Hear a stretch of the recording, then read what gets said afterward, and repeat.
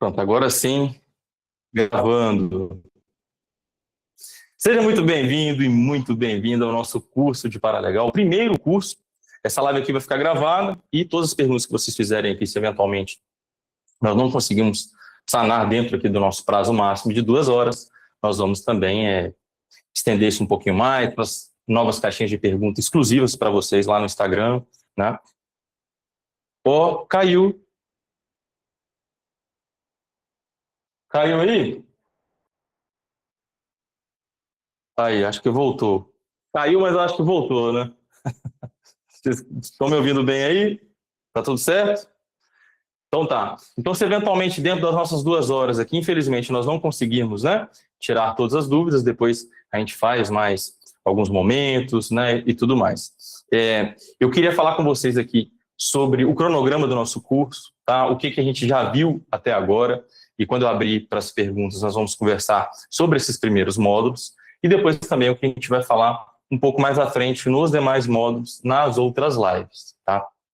Mas antes de falar sobre tudo isso, eu queria falar que para mim é muito relevante ter vocês aqui comigo, e eu vejo isso com muita alegria, né? Ver que tem pessoas que confiam no nosso trabalho a ponto de querer aprender o que eu tenho para mostrar para vocês, da minha experiência aqui como advogado, como ser humano, e eu gostava de mostrar para vocês tudo que eu consegui da melhor forma possível em relação à imigração e principalmente em relação ao paralegal. Esse curso ele nasceu, na verdade, por uma dúvida que eu tinha no passado. Às vezes eu analisava algumas pessoas, alguns profissionais, e eu pensava assim, gente, mas por que essa pessoa está fazendo isso? Ela não pode fazer isso, né? Eu falava, será que ela sabia que tem uma outra forma de fazer, que é profissional, que não tem problema, que não vai incorrer em possibilidade dessa pessoa, por exemplo, responder por um crime, né? Eu não sei se vocês lembram, há alguns anos nós tivemos alguns influencers, nomeadamente, salvo engano, foram 17, que foram indiciados pelo Ministério Público e pela Ordem dos Advogados do Brasil por procuradoria ilícita, porque prestavam serviço jurídico ou faziam algum trabalho que se passava por advogado, que é ato exclusivo do advogado. E isso, na época, foi assim, bem alarmante, né? Muita gente criticou, inclusive, essas pessoas, mas foi ali que começou a nascer, eu acompanhando, o que é? Mas por quê? E aí, às vezes, eu via, não, isso aqui pode, não, isso aqui realmente não pode. E aí, dali, nasceu essa vontade. E pronto, agora eu acredito que eu consegui compilar bastante como que a gente consegue relacionar os serviços migratórios aqui de Portugal e colocar isso em uma, vamos dizer assim, uma balança e dizer, olha, como um paralegal consegue se relacionar com esse tipo de prestação de serviço e quando ele pode fazer isso de forma sozinho, autônomo, quando ele precisa contratar um profissional ou quando ele precisa ser contratado. Então, a gente vai retratar sobre isso várias vezes nos nossos cursos, aqui no nosso curso, né, nossos módulos, e de antemão, né, foi essa motivação, né, que nasceu no meu coração e, na verdade, fiquei bem surpreendido com o tamanho da turma, né?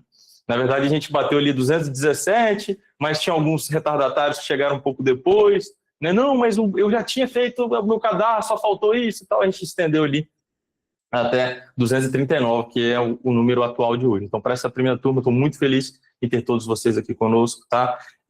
Para mim é uma honra muito grande e espero que a gente consiga aclarar todas as dúvidas, que vocês consigam, aí aqueles que estão iniciando agora, talvez dar os primeiros passos, uma renda extra o mais rápido possível, ou até mesmo viver, né, dessa profissão. Aqueles que já são paralegais, igual muitos, né, durante as nossas aulas lá na plataforma, já deixavam ali alguns comentários, eu já trabalho como paralegal há tanto tempo, eu tiro não sei quantos mil euros, eu faço... Foi muito legal tudo isso, esse compartilhamento de experiência. Da mesma forma que aqui também no grupo, nós temos pessoas que são advogadas no Brasil, né, em outro país, não só advogados aqui em Portugal, mas já são advogados, isso é muito relevante também na profissão de paralegal. Alguns são contadores também, não aqui em Portugal ainda, mas em breve, se Deus quiser, vão ser, e contabilistas aqui de Portugal e também advogados que já são inscritos aqui na ordem. Também sei que tem alguns colegas aqui que são empresários de outros ramos, mas gostariam de entender um pouco mais como funciona essa dinâmica, né? Então, vamos a isso, vamos falar aqui sobre o que nós conversamos até então, um pequeno resumo, né, do que a gente tratou nesses primeiros módulos. eu só pegar aqui para a gente nivelar. Então, vamos lá. Ó, os primeiros módulos que a gente conversou aqui antes dessa live foi o seguinte: foi posicionamento, números importantes, até onde eu posso ir, relação de trabalho, e foram esses 4 módulos. A partir de amanhã, nós já vamos ter liberado um módulo 5, que é antes de trabalhar como paralegal, legalização e atuação. Então, vou mostrar para vocês agora qual é o primeiro. Vocês entenderam qual é a diferença, né? Só um minutinho aqui, pessoal.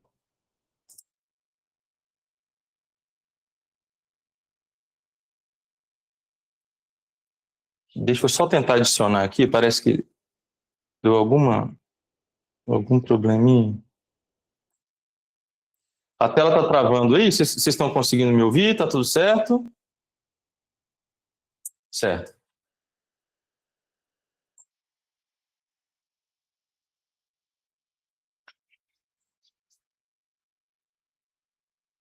Então, vamos lá.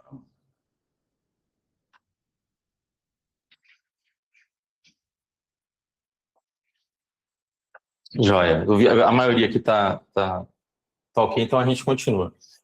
Então, a gente viu ali o básico, eu vou mencionar, mas nos próximos módulos a gente vai pegar bastante aqui na noção de marketing. A gente tem aqui 2 professoras convidadas. A Ana Carolina Braga, do canal Posso Te Mostrar, ela participou aqui, tá bom? Do módulo 6, né, que vai ser liberado então amanhã. Ali ela vai passar uma impressão do marketing que ela usou para conseguir ali alcançar os seus números. Eu também tenho alguns números até expressivos, nós batemos ontem 200 mil inscritos no YouTube, né, e no Instagram a gente está batendo em 72 mil, e com certeza vocês fazem parte dessa vitória também. Então, eu também gravei um módulo sobre marketing e posicionamento, ali explicando quais são as origens do tráfego na internet, como que funciona esse jogo e tudo mais, né? Ali, por onde você pode fazer a captação das leads, etc. Então, a gente vai abordar isso na próxima live e já vai ser liberado a partir de amanhã para que vocês estudem, tá? Tanto os e-books quanto os vídeos e os conteúdos. Então, para a próxima live seriam esses 2. Depois disso, o restante do cronograma eu já liberei lá no grupo de vocês do WhatsApp. O que a gente vai estudar? A gente vai estudar sobre autorização de residência, tá bom? Então, quais são os artigos mais usados, tanto para a pessoa que entrou com visto, a pessoa que entrou sem visto, embaraços que eventualmente acontecem no meio do caminho, que atrapalha a vida do imigrante, que vai gerar ali uma dor e por conta dessa dor vão aparecer serviços, né, que são relacionados ao paralegal e essa dor do imigrante, etc., né? E por aí vai. Nós vamos depois estudar sobre os membros da União Europeia e os seus familiares, tá? Que é uma lei diferente. Quando a gente fala de autorização de residência, nós estamos falando da Lei 23 de 2007, e quando a gente fala de familiares da UE, nós estamos falando da Lei 37 de 2006, tá bom? Então, a gente vai abordar isso, os principais artigos, os principais pedidos, o que é um CRU, o que é uma autorização de residência para membros da União Europeia, né, e tudo mais. Depois nós vamos falar um pouquinho sobre proteção de dados e sigilo. Nós vamos ter um módulo aqui onde vamos falar sobre tribunal. Hoje é um dos serviços que eu acredito que os advogados que atuam na área mais carecem de apoio, tá? Tanto de prestadores de serviço quanto daqueles que vão trabalhar subordinado. Nós tivemos, inclusive, na semana passada, né, uma entrevista que foi cedida pela secretária, a doutora juíza desembargadora, secretária do Conselho Superior dos Tribunais Administrativos e Fiscais, falando dos números, né, que a gente tem hoje de ações judiciais e que quanto a gente tinha ano passado, quanto a gente tem hoje, quantos juízes nós tínhamos e quantos a partir de março agora nós vamos ter para conseguir dirimir tudo isso, e a promessa é de que todos esses processos estavam parados, né, eles vão começar então a andar, porque os juízes vão passar a punir a AIMA. E até então eles davam a liminar, se a AIMA não fizesse, não punia, né? Lá atrás até que punia, mas depois que começou a acumular, foi impossível, né? Cuidar de 200 mil processos para 6 juízes. E agora diminuiu, vão ser 125 mil processos para 56 juízes, então acredito que a gente tem um pouquinho mais de celeridade, né? E muita coisa também a AIMA já tem conseguido resolver administrativamente. E todo esse panorama vai ajudar vocês a entender qual é a sua posição nesse mercado e o que fazer e como fazer, por intermédio, obviamente, do estudo de todo o conteúdo né, que tem sido disponibilizado e vai ser disponibilizado de acordo, né, com o nosso cronograma. Depois a gente vai ter ali um módulo onde vamos conversar sobre ferramentas digitais de organização. Então a gente vai falar sobre o WhatsApp, nós vamos falar um pouquinho sobre o Instagram, sobre o TikTok, sobre o YouTube, vamos falar sobre landing pages e blogs, vamos falar sobre os periféricos, né? A gente tem o hardware, que são esses periféricos, e os softwares, que são os programas, né, ali dentro do mundo digital. E vamos falar um pouquinho sobre inteligência artificial. Eu queria falar uma coisa com vocês, se infelizmente, você ainda não começou a usar a inteligência artificial, ou até começou, mas sem se profissionalizar, não importa a sua área, porque tem muita gente que está fazendo transição de carreira aqui. Você corre um sério risco de ficar muito para trás da sua concorrência e não conseguir entregar as demandas dentro da expectativa dos seus clientes e, principalmente, se você tem uma alta demanda, dentro do praticável, né? Antes, se era possível você atender X pessoas em tanto tempo, com a inteligência artificial de uma forma bem feita, instruída, você consegue atender muito mais e com mais precisão. Não é substituir o ser humano pela máquina, mas é o ser humano saber usar essa ferramenta. A inteligência artificial nos ajuda a fazer muita coisa, muita coisa. Agora, diferente do que algumas coisas que eu vejo por aí. Se você só pergunta para ela, ela inventa informações, ela inventa artigo, ela inventa jurisprudência. E aí, se você usar isso para atender os seus clientes, quer dizer, você vai estar orientando as pessoas de uma forma muito equivocada. Primeiro que a orientação jurídica, a gente vai chegar lá, né, eu vou conversar um pouquinho sobre isso hoje, foi objeto dos nossos primeiros módulos, isso é exclusivo de advogado. Mas você imagina como, paralegal, a pessoa te contrata para fazer resolver uma situação documental. Olha, faz um agendamento assim para mim, como que funciona isso? Esse órgão, assim, como é que funciona? Onde que eu vou? E você usa inteligência artificial e ela inventa um monte de abobrinha, um monte de coisa desatualizada. Então, ao mesmo tempo que é uma ferramenta muito boa, ela pode otimizar muito sua vida, ela também pode jogar o seu nome lá no chão, tá bom? Então, tomar muito cuidado, a gente vai falar sobre isso. Depois, aí essa aqui, eu acho que todo mundo está esperando, todo mundo está ansioso, seriam as áreas de atuação, tá? Eu peguei aqui alguns itens, eu vou elencar para vocês os que eu considero mais relevantes na área do paralegal. Só um minutinho.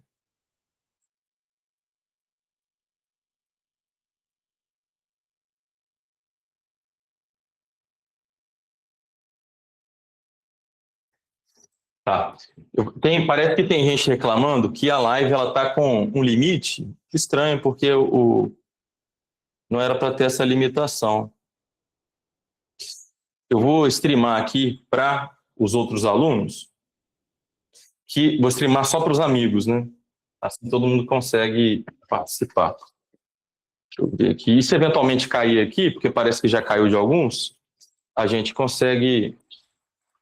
Opa. Aqui com a produção aqui me falando, olha lá. Olha lá o grupo. Espera aí que a gente vai streamar aqui rapidinho, para a gente ser justo com todo mundo, tá? Só um minutinho, não demoro não. Já está tudo aqui já no jeito.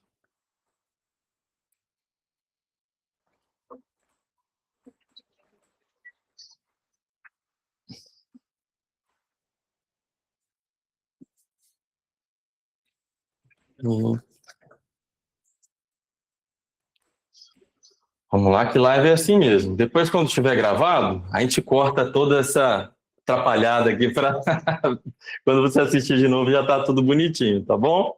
Mas vamos lá que como é que é? Quem sabe faz ao vivo, mas tem também, felizmente, às vezes aqueles probleminhas, né? Deixa eu pegar aqui e passar para cá. Aqui live. Só para os amigos próximos. Pronto. Resolveu. Os amigos próximos são só os alunos, né? Igual a gente sempre faz. Aí, pronto, produção, já pode falar aí com quem não está conseguindo entrar, que a gente também está fazendo pelo Instagram, ok? Joia. Então, vamos lá. Voltando aqui. Então, acho que esse é o modo que todo mundo tinha mais ansiedade, né? Eu recebi muitas perguntas. O que eu posso fazer, o que eu não posso fazer? Então, vou falar quais são os serviços relacionados. E quando eu falo serviços relacionados, vocês vão ver que parte parte de como funciona essa relação de paralegal e advogado já foi, né, conversado ali nos e-books que foram enviados. Tem um novo módulo que vai ser liberado amanhã, e aí a partir, né, da próxima live a gente vai falar praticamente só sobre aquilo ali, né? Então hoje a gente vai falar sobre todos os módulos anteriores, se sobrar tempo a gente também já pode abordar um pouquinho. Mas tem serviços que são relacionados à carreira do paralegal, mas ele não pode fazer aquilo sozinho.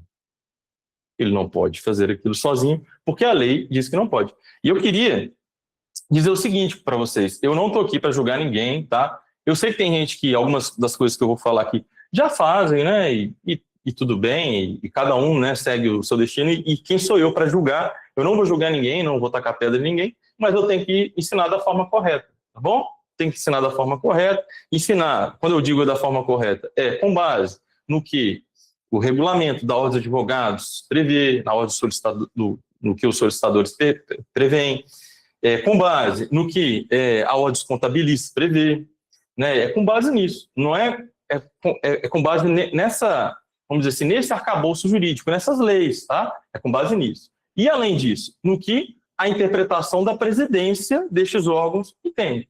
Então, se a lei fala uma coisa, mas a interpretação, né, ou seja, na prática, você pode responder criminalmente, ser, né, intimado para se defender. Na prática, às vezes, é um pouquinho mais apertado, mais puxado, quer dizer, talvez na legislação você até consiga se defender, mas aquilo vai chegar, e pode chegar uma hora ou outra. Bom? Então, tem gente que está chegando aqui agora pelo Instagram, parece que não conseguiram no Meet, né? Sejam bem-vindos, mas o Meet vai ficar gravado lá, e aqui eu dou a oportunidade de responder todo mundo, tá bom? Mesmo que você não esteja lá no Meet, aqui eu consigo conversar com você, lembrando que aqui no Instagram é só para vocês que são alunos, né? Essa live aqui é só para os alunos. Boa noite. Joia. Tá bom, Garcia, seja bem-vindo. Então vamos lá. Mesmo que não consiga pelo Meet, pode continuar por aqui, que vai ser a mesma coisa, tá, pessoal? A Renata, no caso. Tá bom, Renata? A gente vai conversar por aqui também.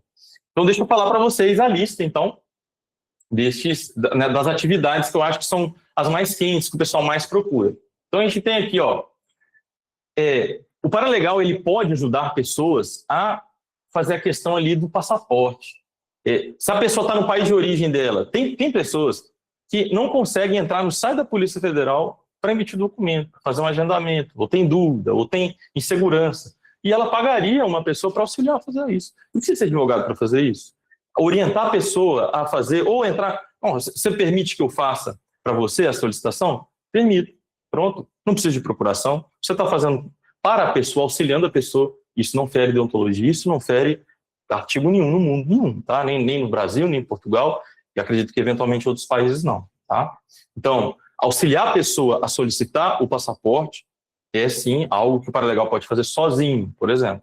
Nesse sentido, ela pode fazer tanto para as pessoas que vão solicitar o passaporte no seu país de origem, como também já aqui em Portugal. A pessoa precisa renovar o passaporte, não consegue agendar no consulado.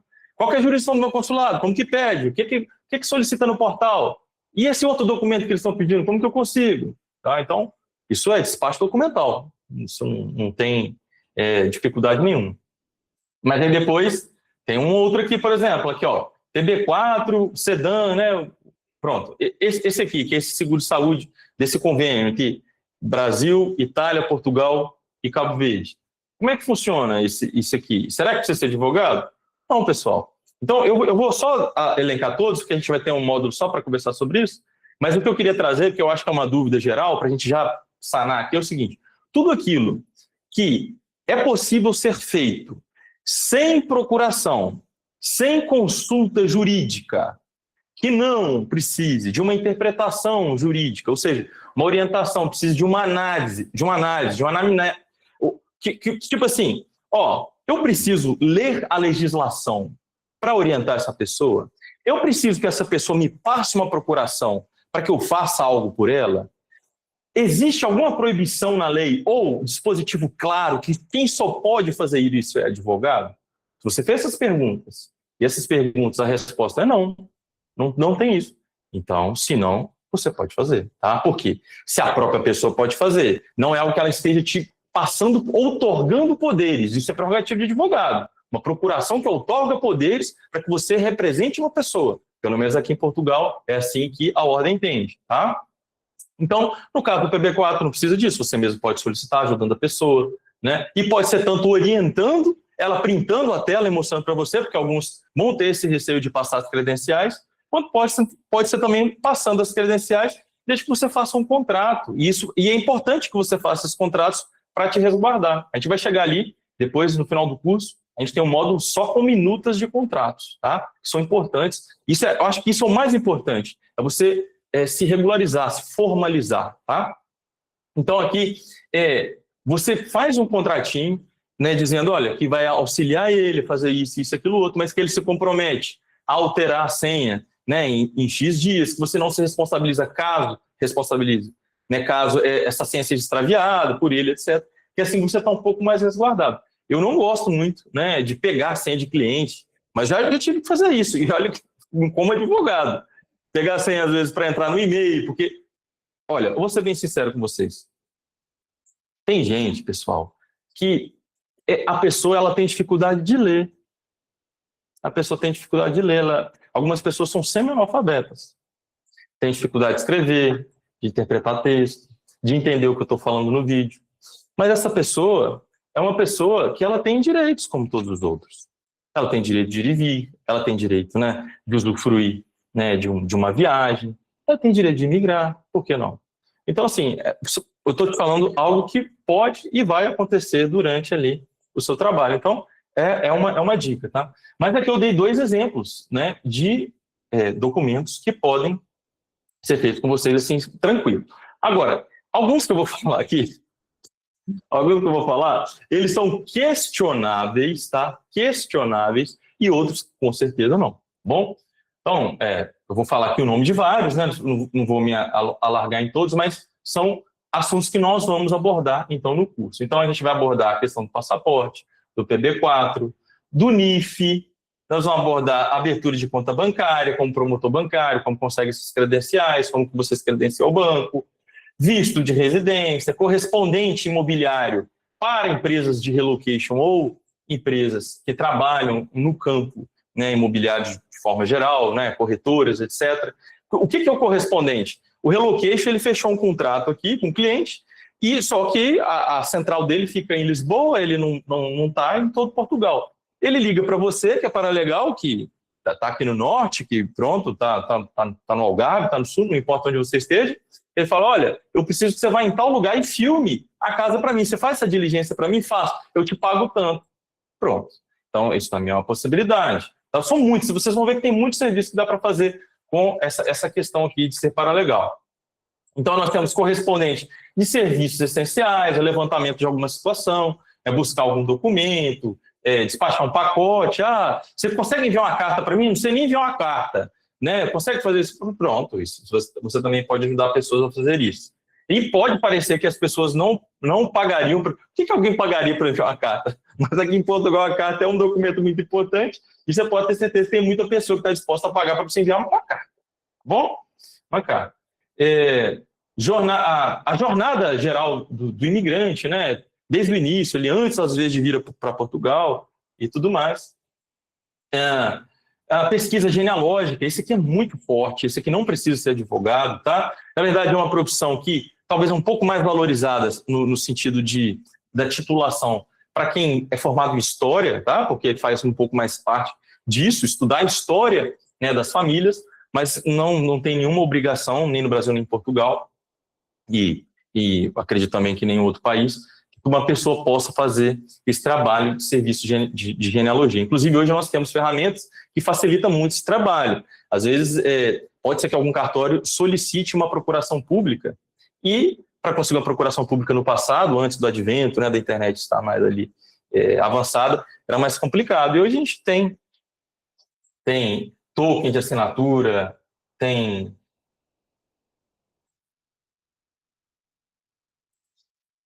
a gente tem token de assinatura, a gente tem a possibilidade de fazer o e-notariado, nós temos os próprios portais, né, que fazem a vinculação de todos os cartórios. Então, isso ajuda muito, né, a quem quer trabalhar como genealogista. E eu vou dar um exemplo aqui, um exemplo de quanto cobra um genealogista.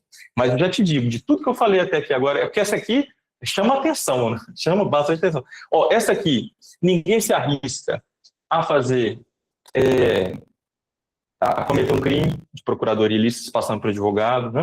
Ninguém se arrisca por isso, porque você é livre para fazer. E às vezes é muito mais valorizado do que muitos serviços aqui. Às vezes, uma pesquisa geral, obviamente, com produção de relatório, explicando o que você fez, para o e-mail para quem você enviou, de tudo geral, uma pesquisa básica. Se a gente fosse falar em reais, 10 mil reais. Se fosse falar em euros, 1.500 euros. Ah, mas isso é injusto, porque o pobre não pode pagar. Se o pobre não pode pagar por esse tipo de serviço, que é o valor desse serviço, ele pode, por exemplo, fazer um curso que ensine ele a fazer por conta própria, por exemplo. E esse curso, por que não você? Por que você não pode fazer esse curso? Por que você não pode fazer um e-book? A gente tem no próximo módulo, está liberado amanhã, formas de monetizar como paralegal. Tá? Então, vocês vão ver que até isso é possível. Então, é claro que você não vai fazer um curso, você não vai fazer um e-book, você não vai vender uma mentoria para ensinando alguém que faz genealogista se você nunca fez. É claro que não, né? É claro que não. Então, mas se você... essa questão é para mostrar que é possível a gente criar soluções para dores dos nossos públicos, independentes de classe econômica. E vocês vão ver que com criatividade você consegue fazer isso de várias formas e para vários tipos de serviços, tá bom? Mas aqui é só um exemplo de um honorário que, às vezes, se você fechar um contrato desse no mês, né, mesmo que esteja iniciando, mas tem que saber o que está fazendo, você consegue ali né, começar, às vezes, fez uns 2, 3, já saiu do seu trabalho convencional, ou levar isso para o escritório que você trabalha. Nós vamos falar sobre isso também, estrutura de negócio, tá? Mas olha, eu vou falar aqui sobre os outros serviços. Eu só estou dando esse exemplo aqui para vocês, porque o curso de Paralegal, nosso curso tem 3 meses. É um curso de titulação livre. É um curso, né, um valor bem abaixo, né, do que de fato vale. Mas tudo isso porque essa minha primeira turma é uma turma que eu quero mostrar esse panorama, eu quero mostrar as possibilidades de caminho, as possibilidades de monetização, e eu quero entregar isso para vocês da melhor forma possível. Mas, por que eu escolhi fazer dessa forma? Liberando os módulos, falando assim, olha, tem essa possibilidade, tem essa, para não ser, primeiro, uma coisa engessada, olha, só tem 3 serviços para fazer, é assim que funciona. Não. Então, é para vocês escolherem o que querem fazer e dali para frente pesquisar e se aprofundar e começar a trabalhar. E se eu liberasse tudo de uma vez, porque tem muita gente que libera. Se eu liberar, tem pessoas que já estão trabalhando, cometendo crimes, né? Às vezes sem saber, às vezes por saber, igual eu disse, eu não vou entrar nesse mérito, fazendo coisas que não podem. Se eu libero tudo e a pessoa pula um vídeo, pula o outro e não vê o contrato, não vê, aí fica mais complicado. Vocês viram que lá no nosso primeiro módulo, o liame entre o que pode e o que não pode, né, é muito tênue, tem que tomar muito cuidado, tá? Então, assim, eu vou falar que os outros, não vou me ater muito, senão depois a gente fica sem tempo para tirar as dúvidas e para falar sobre os primeiros módulos, né? Que é o objeto da nossa conversa. Então, a gente tem aqui a pesquisa genealógica, pedidos postais, via e-mail, né? Envios de e-mails, tem NIS, orientação aeroportuária, estatuto de igualdade, número de utente, alteração de morada fiscal, organização de currículo, cadastro de sistemas, assessoria acadêmica para validação de diplomas, né, apostilamentos, chaves digitais, né? Então é muita coisa. Alguns desses que eu falei que, obviamente, a pessoa que não é inscrita nos advogados, ela não pode fazer, mas ela pode prestar serviço para um advogado. Eu vou dar um exemplo aqui, ó. Isso vai estar bem disposto nos módulos anteriores, e nos próximos módulos, nos anteriores, a gente até conversou um pouquinho sobre isso. O que não pode? O que não pode? Um exemplo. Você, paralegal, que não trabalha subordinado para alguém. Vou dar esse exemplo aqui. Você não trabalha subordinado para alguém. Ou seja, você não trabalha para um escritório de advocacia, você não trabalha para o escritório de contabilidade, de solicitadoria, e nem para outro escritório de paralegal. Você trabalha para você, para você. Você tem o seu negócio, você tem ali atividade, você tem a empresa, no próximo módulo a gente até fala mais sobre isso com mais detalhes. Você tem você tem essa forma de trabalhar. Não é subordinado. Então, você vai captar o seu cliente. Você vai captar o cliente com os serviços que você pode fazer, né? Dentro daquelas perguntas que eu falei aqui no início. Isso é ato exclusivo de advogado? Eu preciso representar ele com procuração? Eu preciso entender a legislação e interpretar a legislação? Será que eu... Não preciso. Então tá, então esse serviço eu posso dar. Só que essa pessoa, você pode ter certeza disso, ela vai se tornar fiel a você. Eu confio em fulano. Quando eu chamo ele me responde, ele tem um atendimento excelente. Até quando demorava, ele me explicava porque estava demorando, o que está acontecendo. Então, você cativou esse cliente. E um serviço que é legítimo seu. Você pode entregar esse serviço. Aí ele fala assim, aqui, eu estou sabendo que agora tem um tal de ação judicial. Você trabalha com isso? Ele não entende que para movimentar no tribunal é só advogado. Ou, você me ajuda com nacionalidade portuguesa? Ou ainda, você pode fazer o meu visto? O visto do meu parente? Minha autorização de residência? Então, quando você se esbarrar com alguma matéria que exige preponderantemente conhecimento jurídico, ao invés de deixar o seu cliente insatisfeito, olha, não, isso aí não trabalho não, isso é só advogado. Não, só olha, eu vou te passar o contato de um advogado que faz, ou de alguns advogados que fazem. Só que o seu escritório de paralegal pode ser contratado para prestar serviços para esse escritório. Isso aí pode, perfeitamente. O que não pode? Você pegar o número desse cliente, passar para o advogado e o advogado te dá um pedaço. Isso aí não pode, não. Isso aí é repartir honorários. E a ordem de advogados, muitas vezes, quando ela vai mais a fundo e pega a pessoa que está cometendo esse ilícito, ela pega o advogado também. Não, mas você também não pode fazer isso. E é o que, né, a gente vê que existe muito. Se você trabalhar certinho desde agora, um pouco, quando você tem muito, é mais fácil de dirimir. Agora, se você já começar errado agora, fica difícil. Então, assim, ao invés de só você indicar e ganhar um pedaço, ao invés de fazer assim, por que você não faz assim, eu presto o serviço? Então, você faz um contrato, né, redondinho. Um exemplo. Como funciona aqui o meu escritório, mas tem várias outras formas de fazer. Se a pessoa ela já tem um cliente, é dela, ela já tem um cliente, é dela, e esse cliente precisa de um serviço jurídico, eu já tenho contratos com um escritório de paralegais, e esse escritório fica destinado a fazer a parte colheita documental, perguntas chaves, para que depois que chegue para o meu escritório, a gente já consiga pegar aquele caso já mastigado. Além da colheita documental, esse atendimento, você imagina, né? Vocês viram ali nos módulos, né, que a gente conversou e tudo, que já se passaram mais de 4.000 clientes aqui no escritório. Se todos os 4.000 chamassem a minha equipe simultaneamente, seria possível atender? Seria possível trabalhar? Então, essa forma de prestar serviço, quem presta, o escritório de paralegal que presta serviço, ele não recebe uma porcentagem e não recebe por quem indicou o cliente.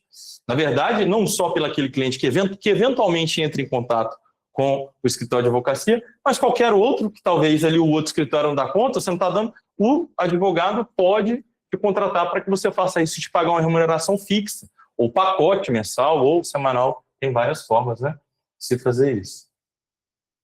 Deixa eu só ver um negócio aqui, parece do Instagram aqui, ó. Tentei entrar, disse que a sala está lotada, eu também. Fique para a próxima, achei que a live seria no YouTube. Tá. O pessoal que está no Instagram aqui, pessoal, eu vou ler quem está aqui no Instagram é só aluno, tá, pessoal? Acho que tem gente com dúvida em relação a isso. Eu não sabia que estava travada essa opção, tá, parece que não passa de 100 aqui no Meet, depois eu vou ver, tá? Mas dá para a gente fazer aqui tranquilo a live, sem problema nenhum. Ok? Perfeito. Eu vi que a gente não está conseguindo, mas aí já foi para o Insta. Somando aqui, a gente tem 125 alunos online, né? Aqui no Meet e tem aqui no Insta também. Perfeito. Então, era isso que eu queria passar para vocês em relação a essa questão desse liame, né? Que a gente vai já entrar aqui. E é isso. Depois, a gente tem, depois de falar sobre todos esses serviços que estão relacionados de uma forma direta ou indireta aos paralegais, nós temos aqui as atividades avaliativas, tá? Com cargos simulados com base naquilo que você aprendeu. Aí, o que já está liberado hoje são os manuais, né? Quem ainda não consegue mexer com a plataforma também pode chamar o nosso suporte. Então, pessoal, basicamente, era isso que eu tinha que falar sobre o panorama do nosso curso. E agora eu vou dar uma pincelada em relação ao que nós já conversamos até agora, né? E sobre o próximo módulo e tudo, a gente já deu uma pincelada aqui, como funciona. Então, vamos lá. Nesses primeiros módulos que foram liberados, que são objetos hoje da nossa conversa, né, nós tivemos ali algumas considerações sobre a limitação do paralegal, que eu já até adiantei e falei, e também de algumas formas de trabalhar. Essas formas de trabalhar, algumas pessoas me enviaram essas dúvidas, tá, no Instagram, eu estou trazendo aqui, nas caixinhas de perguntas que foi mais cedo, que eram dúvidas relacionadas ao seguinte: eu queria trabalhar subordinado. O que eu posso fazer para chamar a atenção de um advogado, né, para que ele me contrate? Às vezes sem experiência. Ou, eu até tenho experiência, mas eu gostaria de trabalhar no escritório. A primeira coisa que o advogado ele quer sentir segurança é que você não vai ser uma pessoa infiltrada no escritório dele. Que ele pode confiar em você, que você não vai aproveitar, às vezes, dos mecanismos, das ferramentas, das credenciais, às vezes, da senha do tribunal, para tentar fazer algo por fora. Que, né, de uma forma ou outra, isso é auditado, é tudo online. Então, ele quer segurança. Se ele quer segurança, ele vai analisar algumas circunstâncias. É o quê? É o seu perfil no Instagram, isso é muito importante. Quer ver quem é você. Né? Eu sei que muitas pessoas vão dizer assim, mas isso não é justo, porque isso vincula só a minha imagem, né, a estética. Mas, pelo menos, tá, pessoal, eu falo com a minha experiência e com muitos advogados que eu vejo também. Não tem relação com como você, qual é a sua aparência física, a sua fisiologia, não é isso. Mas tem a ver com os seus atos. Você imagina como que você vai contratar uma pessoa que os posts delas, às vezes, têm instigação a ódio, instigação a polêmicas, pessoa que ela tem assim, um discurso mais de ódio.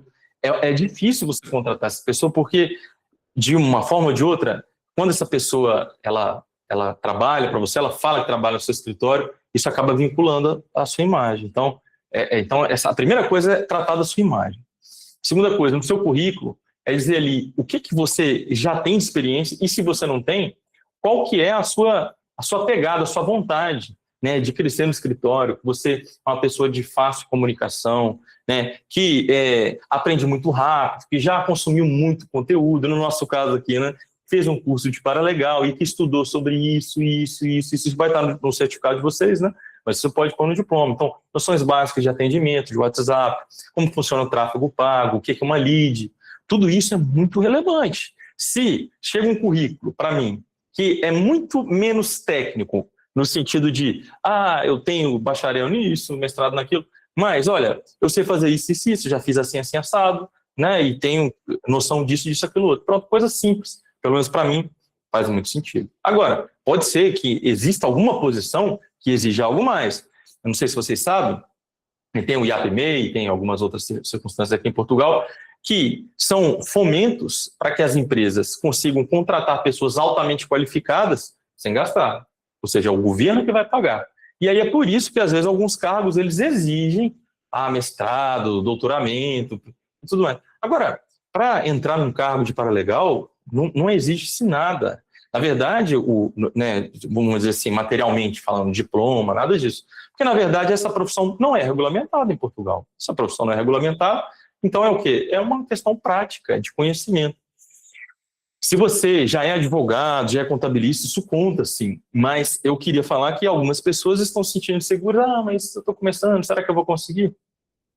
E não necessariamente todo mundo só vai naquele experiente, justamente porque é por causa daquela segurança. Às vezes, essa pessoa que já é muito experiente, a depender, né, da vaga que está aberta no escritório, pode ser uma pessoa que, se a pessoa já é experiente, ela vai me encher de vícios, talvez ela não vai aceitar a posição, porque antes ela trabalhava num cargo que ela tinha um poder de comando maior e agora vai ter um pouco mais de subordinação e por aí vai. E não necessariamente também esses currículos, né, e a vaga que você concorra tem que ser exatamente 100% subordinado. Talvez seja a prestação de serviço, e se a prestação de serviço, você tem que fazer entregar metas, resultados, né, e demandas. Tá? Então, eu cheguei a dar algum exemplo nos módulos anteriores, eu vou dar aqui alguns outros, né, de demandas que podem ocorrer aqui dentro da sua relação paralegal com o advogado e que obedecem àquela limitação do que você pode fazer. Então, vamos lá. Se uma pessoa, ela procura um profissional para fazer um NIF, um número de identificação fiscal, o que a legislação fala? Que quem pode representar o cliente e quem pode trabalhar sendo remunerado por isso seria, então, o mandatário, né? Nomeadamente solicitador, advogado e contabilista. Essas pessoas, essas profissões, são habilitadas para vender o serviço de representação fiscal e etc. Tá, então, essa é a primeira circunstância. Eu posso fazer um NIF para o meu amigo? Um exemplo, né? Eu, que não sou advogado, a pessoa que não é advogada, ela pode fazer um NIF para o amigo dela? Pode.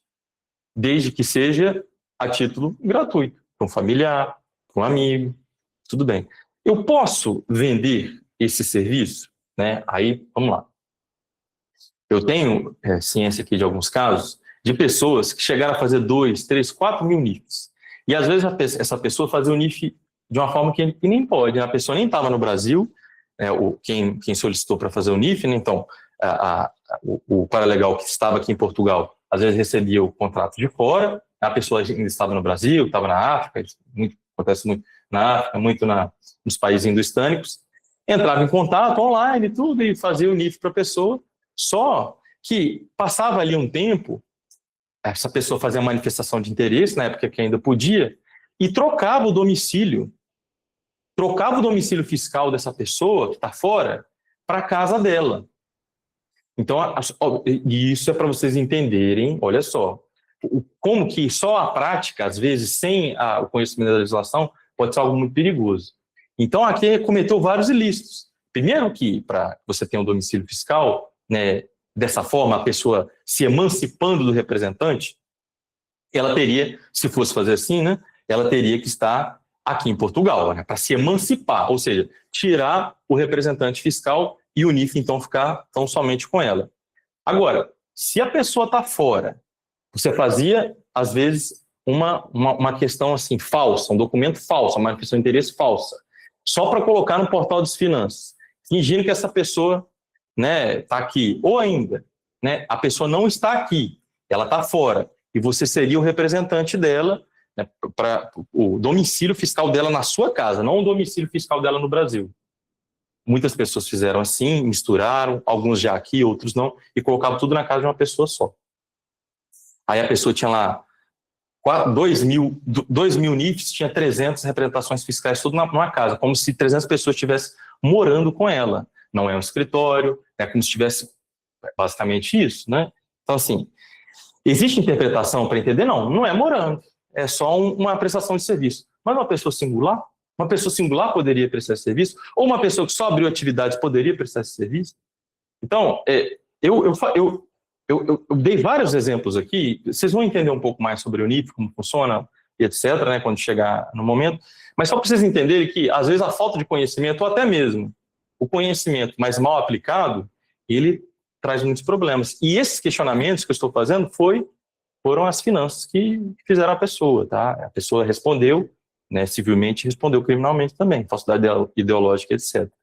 Então, mas 2 mil NIFs, ela fez não sei quanto. Então, assim, eu não vou entrar, né, no juízo de valores, mas eu sempre gosto de trabalhar dentro da legalidade e isso é muito complicado. Agora, por que então o NIF está relacionado ao paralegal? Porque o profissional que trabalha com isso pode depender de você para ajudar na coleta documental, para entrar no portal e falar assim, olha, faz essa e essa minuta, vê lá no portal o que aconteceu, faz essa minuta, manda para mim, para eu poder revisar e a gente protocolar. Então, é esse trabalho mútuo. Todos os serviços que eu faço, Rainer, com paralegal, então eu vou precisar de advogado? Não, eu dei vários exemplos de muitos serviços que não precisa. Agora, às vezes, o jeitinho, ou o que todo mundo está fazendo, não é a melhor forma de se trabalhar, né? Mais uma vez, não vou entrar na juízo de valores, tá? Mas para vocês entenderem que existe essa diferença, esse liame, né, e a importância de saber qual é a sua posição ali dentro, né, da profissão de paralegal. Ah, não, Rainer, minha situação é diferente. Olha só, é diferente. Eu já sou advogado no Brasil e eu tenho empresa lá. Eu sou contador no Brasil, eu tenho empresa lá. Ou eu sou empresário no Brasil, tenho empresa lá. E eu quero prestar um serviço para um escritório de advocacia em Portugal. Então, eu vou fazer essa e essa parte documental e o escritório de advocacia vai fazer isso e isso e aquilo outro, o escritório de solicitadoria. Ah, vai ser assim? Pronto. Você está bem definido no contrato. Se você não está repartindo o honorário por indicação, se está tudo amarradinho, tudo certinho, e todo mundo emitindo invoices, ou emitindo recibo verde, ou se é contrato subordinado, está tudo ok, tudo redondinho, não tem o que temer. E todo mundo pode crescer bem e saudavelmente. Uma outra coisa também que é muito interessante aqui, que é um liame que eu vejo que as pessoas às vezes se confundem, é o seguinte: hoje com o digital, né, vocês viram que a gente tem esse módulo, a gente vai abordar bastante aqui a questão do marketing. Algumas pessoas, elas vão para a internet e conseguem viralizar, e seus vídeos alcançam muitas pessoas. Essas pessoas são paralegais, né, ou nem paralegais, são influencers, e, olha, pessoal, faça isso, isso, assim, assim, assim, quer dizer, dando consultoria jurídica online. Olha, eu vou dar um exemplo aqui para vocês também, que eu acho que é muito interessante. Ó, se você ensina sobre algo que exige preponderantemente conhecimento jurídico, você ensina sobre isso, você pode incorrer em procuradoria ilícita, né? Pode ser denunciado, às vezes até pelo seu próprio cliente, que isso acontece, tá? E acabar respondendo o processo, até atrapalhar a sua legalização aqui em Portugal. Mas, vamos lá. Aí você pode falar assim, Rainer, mas isso aqui não precisa de ter conhecimento jurídico, não. Isso aqui é uma coisa simples. Isso aqui é uma coisa simples. Eu vou dar o exemplo aqui do visto. Tem muitas agências de viagem que trabalham ajudando a fazer o visto. Para solicitar um visto consular, a pessoa lá no país de origem, será que precisa de preponderantemente conhecimento jurídico? Vamos analisar aqui. Para solicitar ali o primeiro contato, a via administrativa, e esse aqui é questionável, tá, pessoal? Esse aqui eu não vou falar nem que sim, nem que não, porque tem as duas interpretações de ser ou não. As primeiras solicitações, esse primeiro contato, né, que o cliente tem, primeiro que não se faz procuração, então é o cliente diretamente com o consulado, né? E se é diretamente com o consulado, você não está representando ele, você está auxiliando ele, você está dando uma consultoria, uma assessoria, um exemplo, né? Estou falando no caso de quem não é advogado, para a gente só trazer aqui para que vocês pensem e veem os pensamentos e os riscos e ver se isso faz sentido para você, né? E eu vou depois falar a minha opinião. E aí, essa pessoa, ela trabalha orientando o cliente, ajudando a juntar documento, tá, até aí tudo bem, emitir o PB4, isso aqui, a reserva você vai fazer sim, essa passagem aqui eles exigem que seja dessa forma, a própria orientação deles, né, o e-mail é assim, às vezes é porque é pela própria VFS ainda, uma terceirizada do consulado, para não dizer que é repartição pública, é privada ainda, tá. Beleza, nesse primeiro contato você conseguiu, né, orientar e tal, aí ele fez a submissão do pedido, aí vem lá, intenção de indeferimento. A intenção de deferimento, você responde, né? Então, ali, você tem a sua defesa preliminar em sede de audiência prévia. Isso aí está disposto aonde? No CTPA. Então, no CPA, no Código de Processo Administrativo. Se o Código de Procedimento Administrativo, então, ele vai regulamentar como funciona um rito processual para que você consiga se defender, e aí? Isso exige ou não exige preponderantemente o conhecimento jurídico? Por quê? Porque, às vezes, o que é exigido ali na audiência prévia é completamente descabido, é uma arbitrariedade praticada pela administração pública. E, para conseguir contornar isso, você tem que ter conhecimento da legislação aplicada ao caso daquela pessoa, inclusive ter controle dos documentos que ela enviou para conseguir ponderar, orientar ela a ponderar isso e fazer essa defesa. E aí? o visto, ele é ou não algo que exige conhecimento jurídico? Rainer, mas conhecimento jurídico a pessoa lê, não é por ler, todo mundo já sabe, já leu, você mesmo fez vários vídeos ensinando, né? Eu aprendi tudo por lá, e eu já fiz um monte de visto. Olha, quando você faz um serviço para ajudar alguém, tudo bem. Agora, quando você vende, é que vem um problema. Por quê? Se a princípio, né, não deu problema nenhum, a pessoa teve aquela assessoria ali, o agente de viagem, fez um pacotão ainda, né? Tem muita gente de viagem que faz assim, né? Ele vende já a passagem, já auxilia o visto, e aí já compra milha com a passagem de volta cancelada, e toda aquela situação, também não vou entrar no mérito. Mas já meio que está intrínseco à profissão dele. E alguns assessores que fazem outras circunstâncias aqui, relocation, tudo, às vezes também ajuda com visto e tudo mais, né? E tudo isso fica meio cinzento, né? Nem preto, nem branco. Pronto, isso aqui eu não preciso saber da lei, é preencher o formulário, entregar. Pronto, mas esse aqui eu já preciso. E eu te digo mais, a depender do caso, essa defesa em audiência prévia, quando ela tem uma negativa, quando você faz a defesa, né, e essa pendência que o consulado abre, ela é negativa, ou seja, agora já não é mais uma intenção de indeferimento, é um indeferimento, cabe também a reclamação graciosa, cabe recurso hierárquico.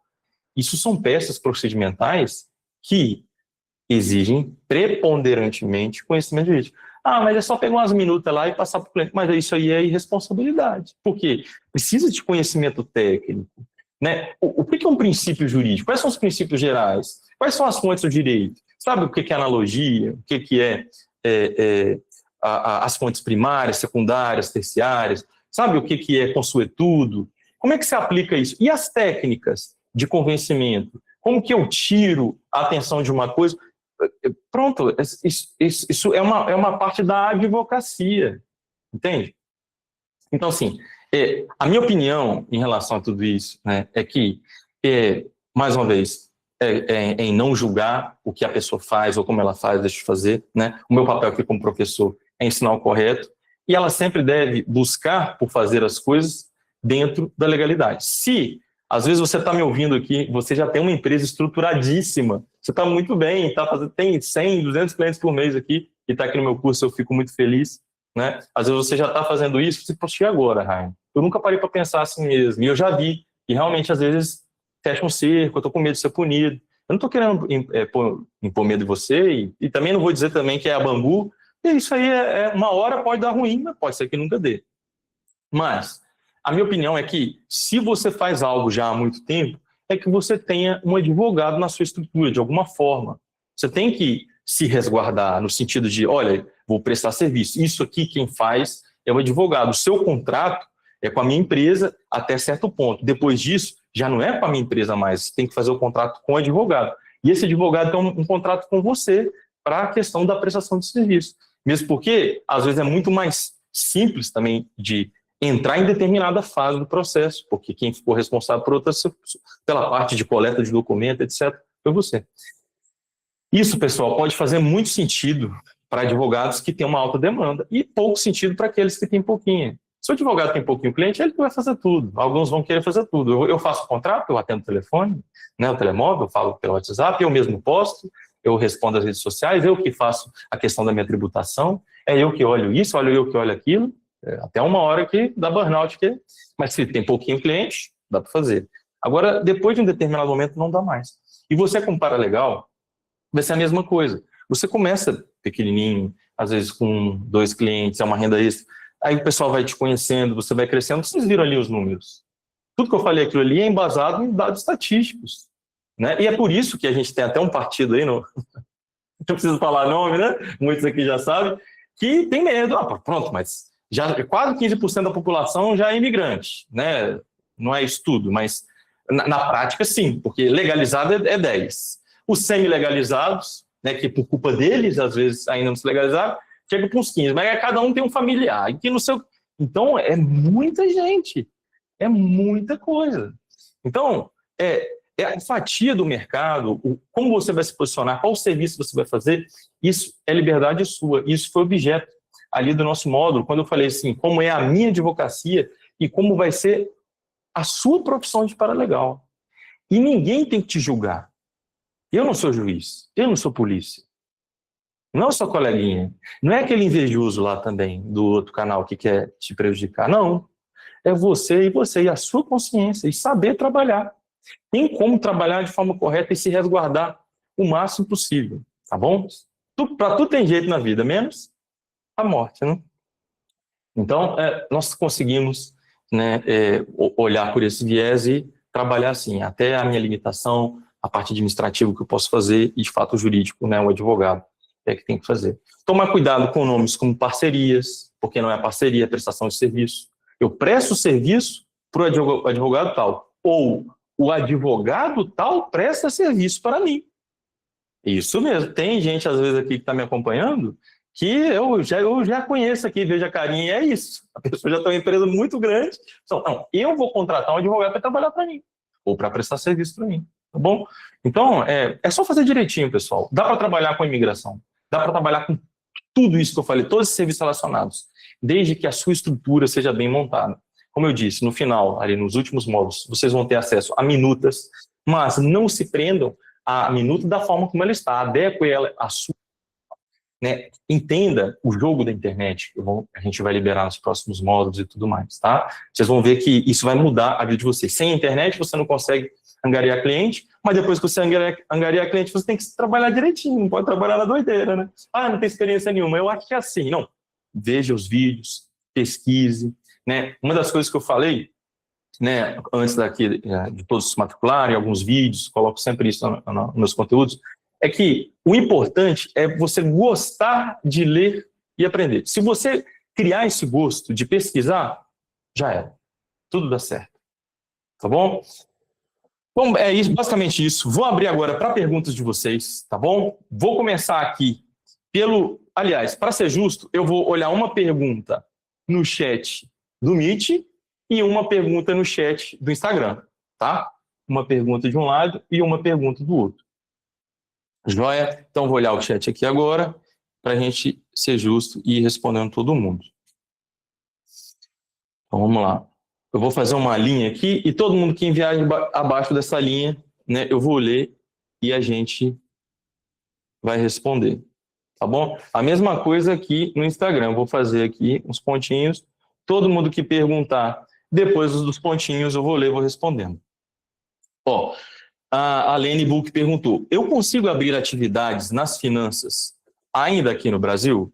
Consegue, Lene. Entretanto, você precisa de um representante fiscal.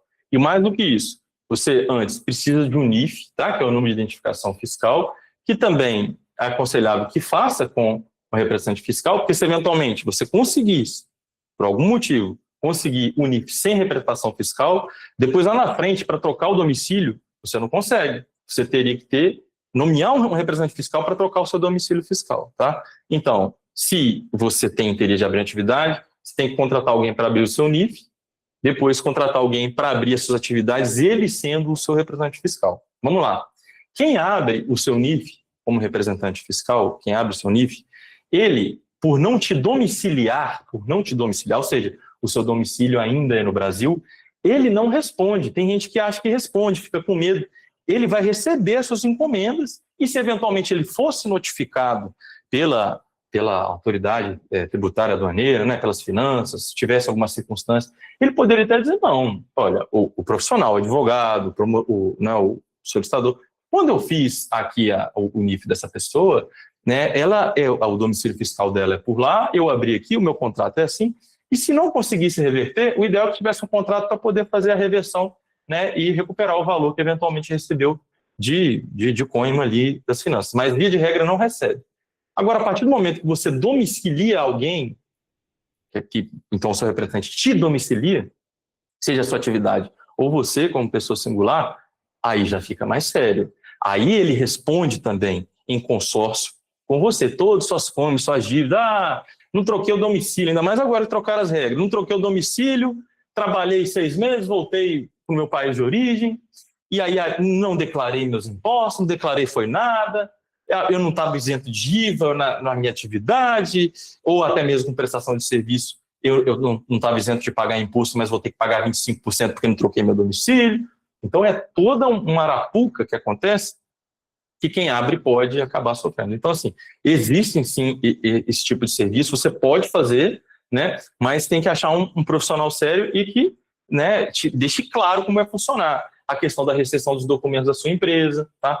Isso, inclusive, eu vou até dar um plus aqui para vocês, às vezes é possível você contratar um coworking para fazer a recepção de documentos, né, e esses profissionais, né, que fazem ali a abertura de NIF, que fazem a abertura da atividade, a abertura da conta bancária, que é bem difícil hoje, né? A gente vai ter, né, um pouco sobre isso nos nossos módulos, mas às vezes com IBAN de um outro banco, às vezes da Wise eles aceitam, quando não aceitam talvez de um outro que seja um pouquinho mais difícil de conseguir. Tem o Banco Europa, que você consegue abrir, e a IBAN PT, isso aí não vai ser negado, consegue fazer online sem vir aqui em Portugal. Então, assim, isso muda de tempo em tempo, né, e tudo mais, mas eu fui bem mais a fundo aqui na sua pergunta, para você entender mais ou menos como é que funciona.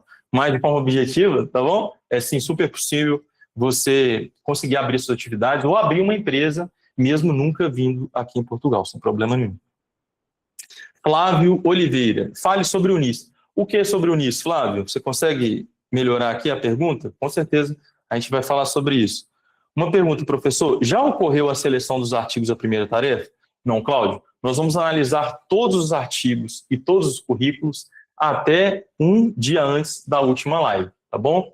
Né? Então, o que a gente vai fazer? A gente vai analisando e entrando em contato com aqueles que foram selecionados para ali, se a pessoa quiser, a gente postar ali no imigrar.org e tudo mais, né? A pessoa tem uma credencial com a fotinha dela e tudo.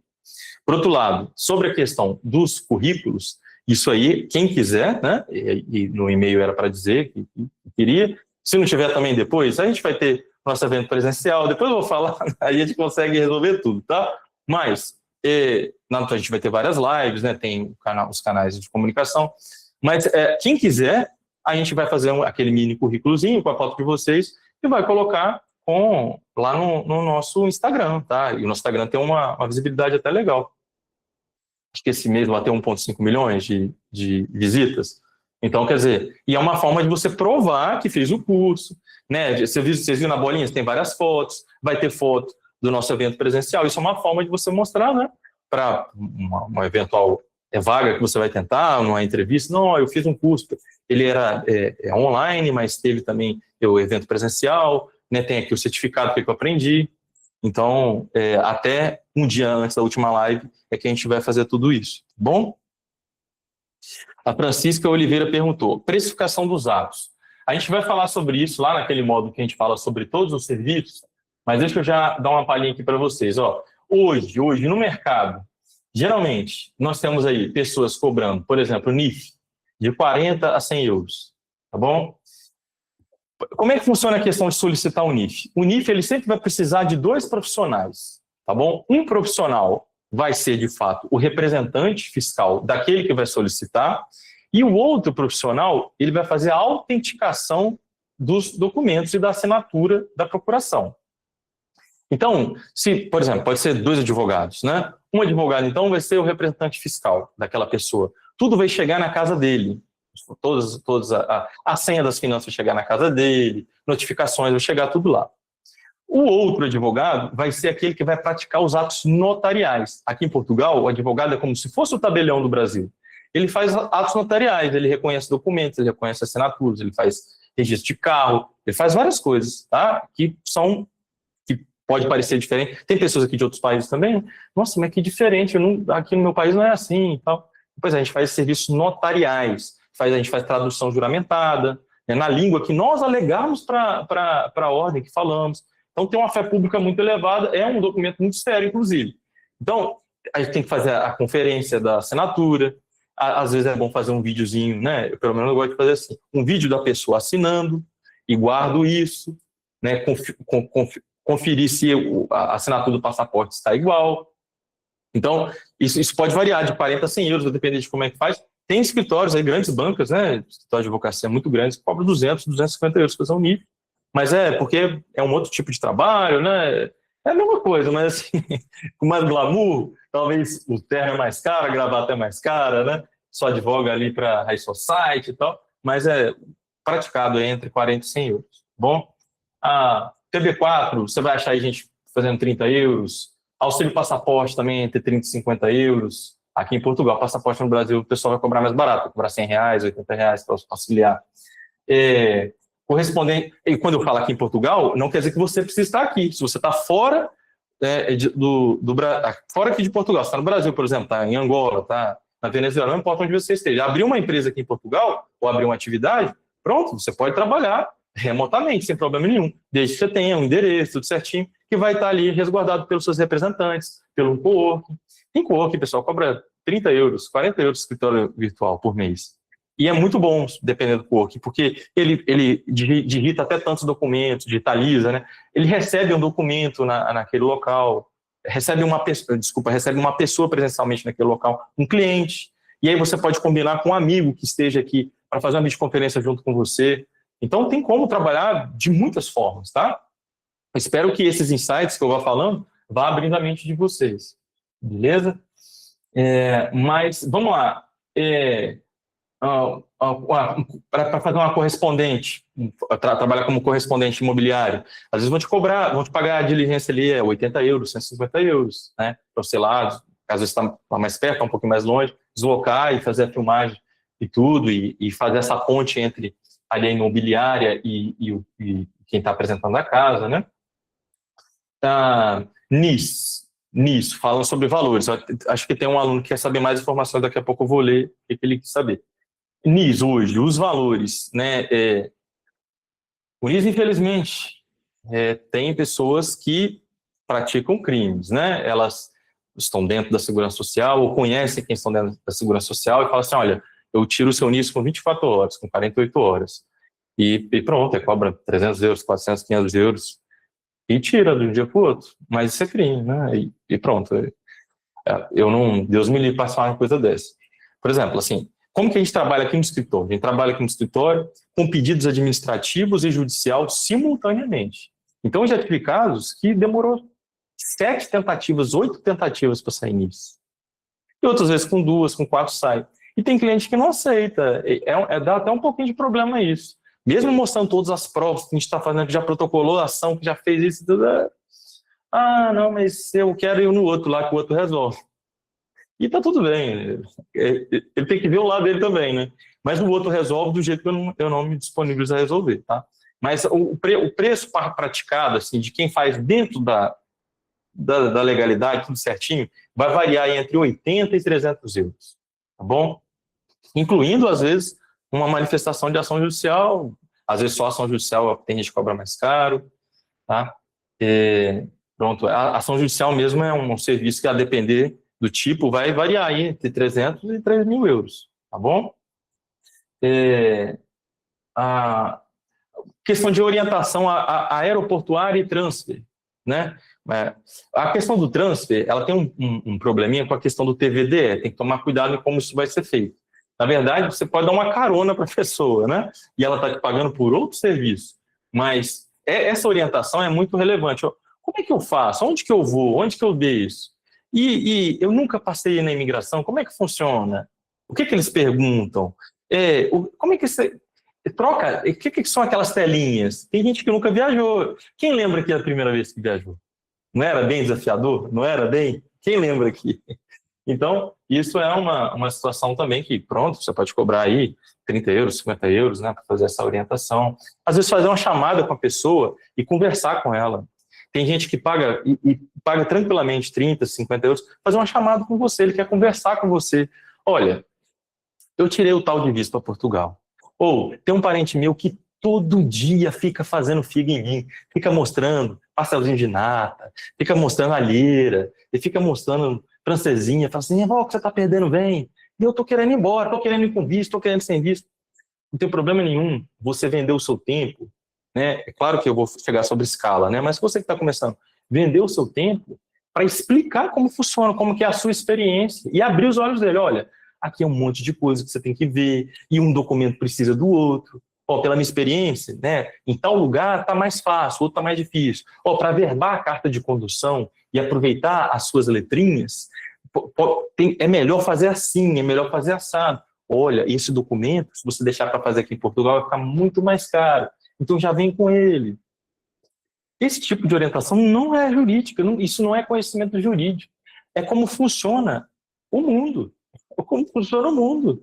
Como que é uma fila de banco, quais as regras que o banco exige, que não tem a ver com legislação. Tá? Então, essas chamadas também, muitas pessoas pagariam para entender melhor como funciona isso. E, principalmente, tem pessoas, às vezes, que estão aqui há 5 anos, 10 anos, né, 15 anos, estão fazendo transição de carreira, e outros não estão aqui. Os que estão aqui, né, eles têm essa vantagem de ver as coisas ao redor, de perguntar, de procurar saber, né? E aqui em Portugal, vocês sabem que tem muito aquela questão da lei do agente, né?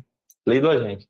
Então, às vezes, perto da sua casa estão as finanças, e se você conheceu lá, conversou, eles te explicaram, não é assim que faz. Tá? E aí, beleza. É assim que faz, beleza. Tá. Aí, então, ó, você vai, ó, se você fizer assim lá, eles vão te atender. Mas no outro dia você chega lá, não, a mesma pessoa, não é assim não. Não é assim não, agora é assim. Então, isso é um pouco complicado. Agora, aqueles serviços que você consegue fazer por si, às vezes você vai ficar tão conhecido e fazendo aquilo tantas vezes. Um exemplo, ó, todo dia você envia carta, todo dia, ali no CTT pertinho da sua casa. Todo dia você envia. Você não vai fazer amizade com a pessoa? Vai. E aí ela vai te dando dicas, ela vai te dando macetes, você vai criando a sua estrutura, o seu fluxo de atendimento. Agora eu já sei que quando chega assim, isso aqui eu já faço, isso aqui eu faço tanto de uma vez, eu já tenho que pegar aquele papelinho rosa, tenho que pegar aqui aquele papelinho vermelho com branco, isso. Pronto. Tá? Então, existem serviços que, claro, vai ser mais fácil para quem está aqui e outros que dá para fazer remotamente e que essa precificação ela vai ser de acordo com isso.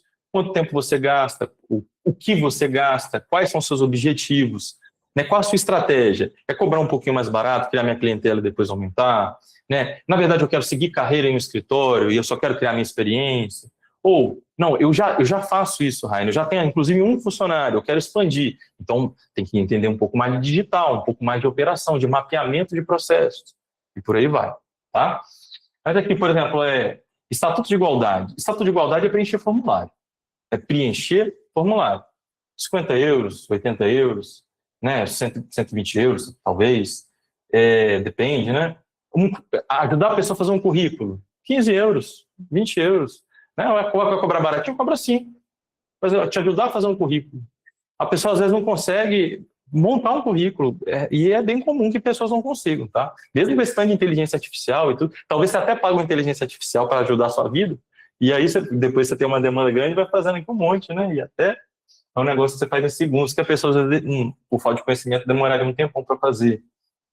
Mas sabe de uma coisa, por mais simples que o serviço seja, o cliente toma o seu tempo, e não é pouco. E isso tem que ser contabilizado, tá? Ou o seu tempo ou da sua equipe. Você tem que contabilizar a questão de impostos. Tá? Mas eu acho que deu para dar um panorama aqui, uma ideia, né? A pesquisa genealógica que eu já falei, aí entre 500 e 2 mil euros, vamos pôr assim. Né? Quem está começando talvez cobra um pouquinho mais barato. Sei lá, abertura de conta bancária, você acha de 40, 100 euros, mas está bem difícil abrir conta bancária e você precisa se tornar promotor bancário, tá? A gente vai falar sobre isso, né, nesse módulo aqui dos serviços. Assessoria acadêmica, ajudar uma pessoa a legalizar um documento. Não tem que ter preponderantemente conhecimento jurídico, tá? É só, isso aqui é na DGS, são 3 formas de fazer, tá tudo exposto no site, isso aí a própria pessoa vai fazer, você não está representando ela. Agora, a partir do momento, não precisa fazer um recurso, isso aqui, entende? Aí já é uma outra coisa, né? Então, pessoal, apostilamento, ajudar uma pessoa, como é que funciona a questão de apostilar? Chave digital, o que é notariar? Então, tudo isso aqui você vai cobrando aí por cima. Assessoria acadêmica, talvez aí 250, 500 euros, a depender de o que vai fazer, qual tipo de apoio. E apostilamento ali também, uns 20, 30 euros. Tá? Então, em cima do valor, né, a pessoa ainda vai ter de se estender com os valores ali. Ela quer um apoio, tem que saber ajudar. Às vezes, registro criminal português. Vocês sabem que a legislação na redação atual, ela não exige que você tenha exatamente a certidão criminal, né? Que dá um trabalhão conseguir. Às vezes, aquela declaração que você permite que o órgão consulte o registro criminal é suficiente. E aí é um documento simples. Você não precisa de lugar nenhum, 10 euros. Pronto, eu vou te ajudar a preencher esse documento aqui, sem problema nenhum. Bom, então vamos pegar aqui as outras perguntas. Deixa eu pular aqui agora para o Insta. Eu li aqui duas do outro. Cadê os 3 pontinhos? A Renata, dos vinhos. O Paralegal, ele pode abrir NIF e NIS? Renata, eu falei anteriormente na live, né, e eu acredito que essa parte já tinha iniciado, não sei se chegou a cortar aí, mas tudo que exige preponderantemente conhecimento jurídico, precisa de advogado. Para abrir NIF e NIS precisa? Não, simples, né? Quando o NIS está mais complicado, mas não precisaria. O problema é que você precisa representar a pessoa e você receber uma procuração de alguém aqui em Portugal, você ser pago para representar uma pessoa pode ser um problema, mas não quer dizer que você não consiga trabalhar de forma associada a isso, prestando serviço a alguém que faz. Eu até expliquei anteriormente. Para pedir um NIF, por exemplo, são 2 profissionais. Um que vai fazer a representação fiscal e o outro que vai autenticar documentos. E ambas essas 2 situações, elas precisam que seja advogado. Para ser representante e ser remunerado por isso, a legislação diz que tem que ser o mandatário. E no sentido de autenticar, tem que ser advogado ou solicitador para autenticar os documentos, tá? Mas, um exemplo, vamos supor que você seja dono de um escritório Paralegal. No meu escritório tem um advogado. Só tem que ter contratado ou pré-serviço. Tem que tomar cuidado como que esses contratos são construídos, porque nunca pode ser repartir com advogado, parceria com advogado, né? A gente tem, não sei se vocês vão lembrar, eu até mencionei um pouquinho nos módulos ali a questão da existência hoje das empresas que elas são interdisciplinares. Isso é possível, mas existe uma grande discussão se de fato é possível fazer com profissões que não sejam regulamentadas, tá? Então, existem de tudo aí, isso fica na mão do IRM na hora lá, definir ou não, e abriu a empresa fica assim. Mas o cerne aqui é que grande parte das pessoas não vão fazer isso, né? Vão abrir um escritório formal, não. Muitos vão abrir uma atividade ali, outra aqui, presta serviço ali, outra. E no momento de fazer isso, tem que ser muito amarradinho essa questão da construção dos contratos, tá bom? Depois da Renata, veio a Karina Takahara. Quem pode ser o representante fiscal de alguém vivendo no Brasil? Um residente fiscal em Portugal, paralegal, advogado, tem que ser advogado, solicitador, contabilista, tá bom? Para vender. Mas se é alguém que vai fazer por você, um amigo, por exemplo, sem cobrar, um familiar, aí pode ser qualquer pessoa. Só a autenticação dos documentos, que obrigatoriamente tem que ser feita pelo advogado, solicitador ou notário, tá? Depois a Diane perguntou, doutor Heine, aproveitamos o comentário do Alex, é possível a pessoa receber POIM por ser representante fiscal? Sim, naquelas circunstâncias que eu expliquei anteriormente, tá bom? Minha filha mora em Portugal, ela pode tirar o NIF? Pode, Adriana, pode sim. Mesmo que se ela não estivesse aqui em Portugal, ela poderia tirar o NIF, tá? Se a pergunta é sem representação fiscal, é possível solicitar NIF sem representante fiscal, mas esse NIF ele tem algumas limitações. Uma dessas limitações é a impossibilidade de trocar o domicílio fiscal, tá bom? Quem não troca o domicílio fiscal? Acabou o exercício fiscal daquele ano, ou seja, acabou ali, você entrou em determinado mês, chegou em dezembro ali, acabou o ano. No outro ano, quando você tiver que declarar os seus impostos, tudo que você fez anteriormente, você vai ter que pagar uma alíquota de 25% em cima daquilo, mesmo que você estivesse sobre um regime de isenção ali, sobre uma alíquota, um limite de isenção. Por quê? Porque você não trocou o seu domicílio fiscal. Outro problema, a depender de como a sua documentação, a AIMA pode implicar porque você não trocou o seu domicílio fiscal. Alguns bancos podem ser que não queiram te liberar algum crédito porque você não trocou o seu domicílio fiscal. E depois que você troca o domicílio fiscal, ainda você pode pedir a segunda via do NIF, para o NIF sair ali, agora você domiciliado por si, naquela morada, sem ter um representante. Tá bom? Tá, depois, a Janice, conseguir adquirir o NIS apenas com abertura de atividade? Olha, pronto, essa pergunta aqui depois a gente vai completar com a do colega, mas é o seguinte, olha, já vou deixar ela bem completa. Hoje, para solicitar o NIS, nós precisamos de 2 atributos. O primeiro atributo é a legalização. A pessoa, para solicitar o NIS, ela tem que ter uma autorização de residência, ela tem que ter um agendamento que comprova que ela vai solicitar uma autorização de residência, ela tem que ter um visto, preferencialmente com agendamento, tá? Mas pronto, mesmo sem agendamento, se o visto é de residência, e aí que entra o conhecimento jurídico. Então, tem que fazer, às vezes, um documentozinho extra explicando que o visto de residência e tal, que veio sem agendamento, mas que já tem uma ação judicial, com os e-mails de notificação. Pronto. Então, se a pessoa ela consegue comprovar a legalização dela, ela cumpre o primeiro atributo. Inclusive, de acordo com o artigo 72 da Lei 23 de 2007, o comprovativo de que ele tem um pedido de autorização de residência, ou seja, que o processo dele está em trâmite, porque ele entrou com uma ação judicial solicitando a legalização dele. Pode. Então, esse é o primeiro atributo.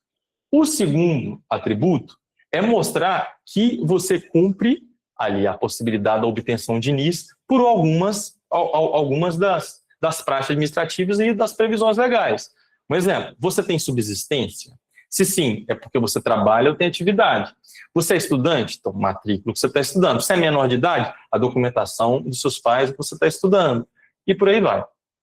Inclusive, tem a possibilidade daquele que quer só mesmo pagar de forma facultativa o NIS. Isso aí pouca gente fala. Você tem que tirar um atestado médico, né? E pedir o NIS só para fazer isso. E pode ser que dê certo, pode ser que não. Mas por que eu estou falando? Porque mesmo que seja bonitinho assim, do jeito que eu digo, na prática não é assim, não. Na prática não é nada, não. Tem contrato? Tem atividade? Não tem. Chumbo. Não, mas eu sou estudante, chumbo. Não, mas eu sou D7, eu vivo de rendimentos, eu ganho não sei quantos mil no meu país de origem. Não quero saber não, meu amigo, eu quero... Sabe por quê? Porque, ó, sou tapado. A minha supervisora falou que é só com contrato, não sei o quê, e eu não entendo nada de lei. É desse jeito. Aí tem que tentar 1, 2, 3. E aí, o que a gente faz aqui no escritório? A gente pega as negativas, tenta administrativamente com a própria segurança social e depois entra com a ação judicial contra a segurança social. E às vezes a gente já entrou contra a AIMA, porque teve que entrar com a AIMA para mostrar que está em processo de legalização. Olha a que ponto nós chegamos. Tudo isso é excesso de burocracia. Alguns anos atrás, se apertava um botão lá no Nepal, lá na Índia, não importa onde você estiver, se apertava um botão e saiu nisso. Né? Aí agora é todo esse balaio de gato. Mas claro que antes dessa época, que era só apertar um botão, já foi tão difícil quanto é agora. E não tinha esse tanto de advogado, né, com expertise para postular no tribunal. Diga-se de passagem, nós brasileiros viemos com muita força para somar aí a comunidade. Né? Vocês vão perceber que tem poucos advogados portugueses que trabalham com a imigração, a grande maioria trabalha nas outras áreas. Né? Então, nós temos essa característica e, infelizmente, para quem está pagando é muito caro, mas você, como paralegal que está oferecendo o serviço, é uma oportunidade. Agora, oferecendo qual serviço? Né? Porque lembra, se o serviço ele exige ação judicial, se ele exige recurso, se ele exige que você faça manifestações, como é que você vai fazer? Né? Não é advogado. Ah, não, eu sou advogado, mas no seu país de origem, pelo menos você tenha essa questão do conhecimento, isso aí vai servir. Mas o problema aí esbarra na parte burocrática, pela falta de inscrição, né? Essa questão de consulta jurídica, etc.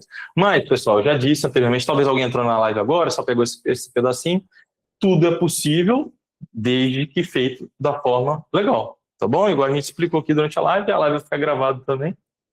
Eu fico com medo da live às vezes ficar repetida, né? Porque a gente tenta agradar todo mundo que está lá ao vivo, mas a gente tem que tocar o barco. Pronto. Deixa eu, antes de continuar aqui no Instagram, voltar um pouquinho aqui. A Francisca tinha perguntado sobre a precificação dos atos.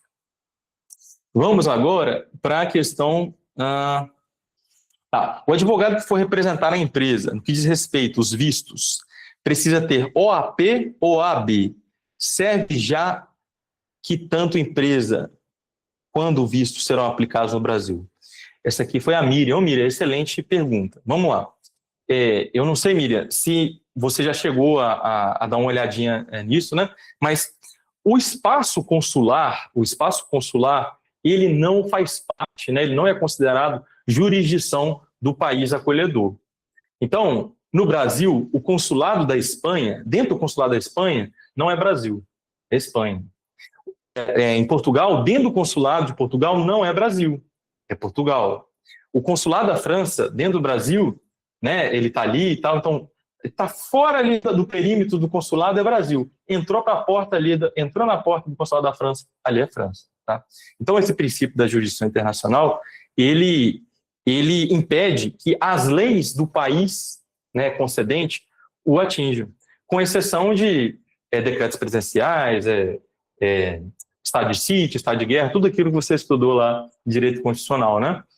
Mas, então, o que rege, as leis que regem tudo ali são as leis portuguesas.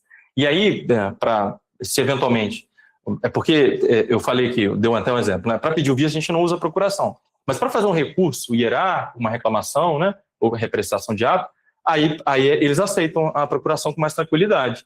E aí eles só aceitam se for um advogado português. Tá? Por quê? Porque para eles a legislação que vai ser analisada é a legislação portuguesa, né, e a jurisdição que corresponde a tudo ali é a jurisdição de Portugal. Inclusive, por exemplo, a Polícia Federal, quando vai fazer algum tipo de ato em um consulado, primeiro, ela tem que ter credenciamento da Interpol, e segundo, ela tem que estar acompanhada com a polícia correspondente do país daquele consulado.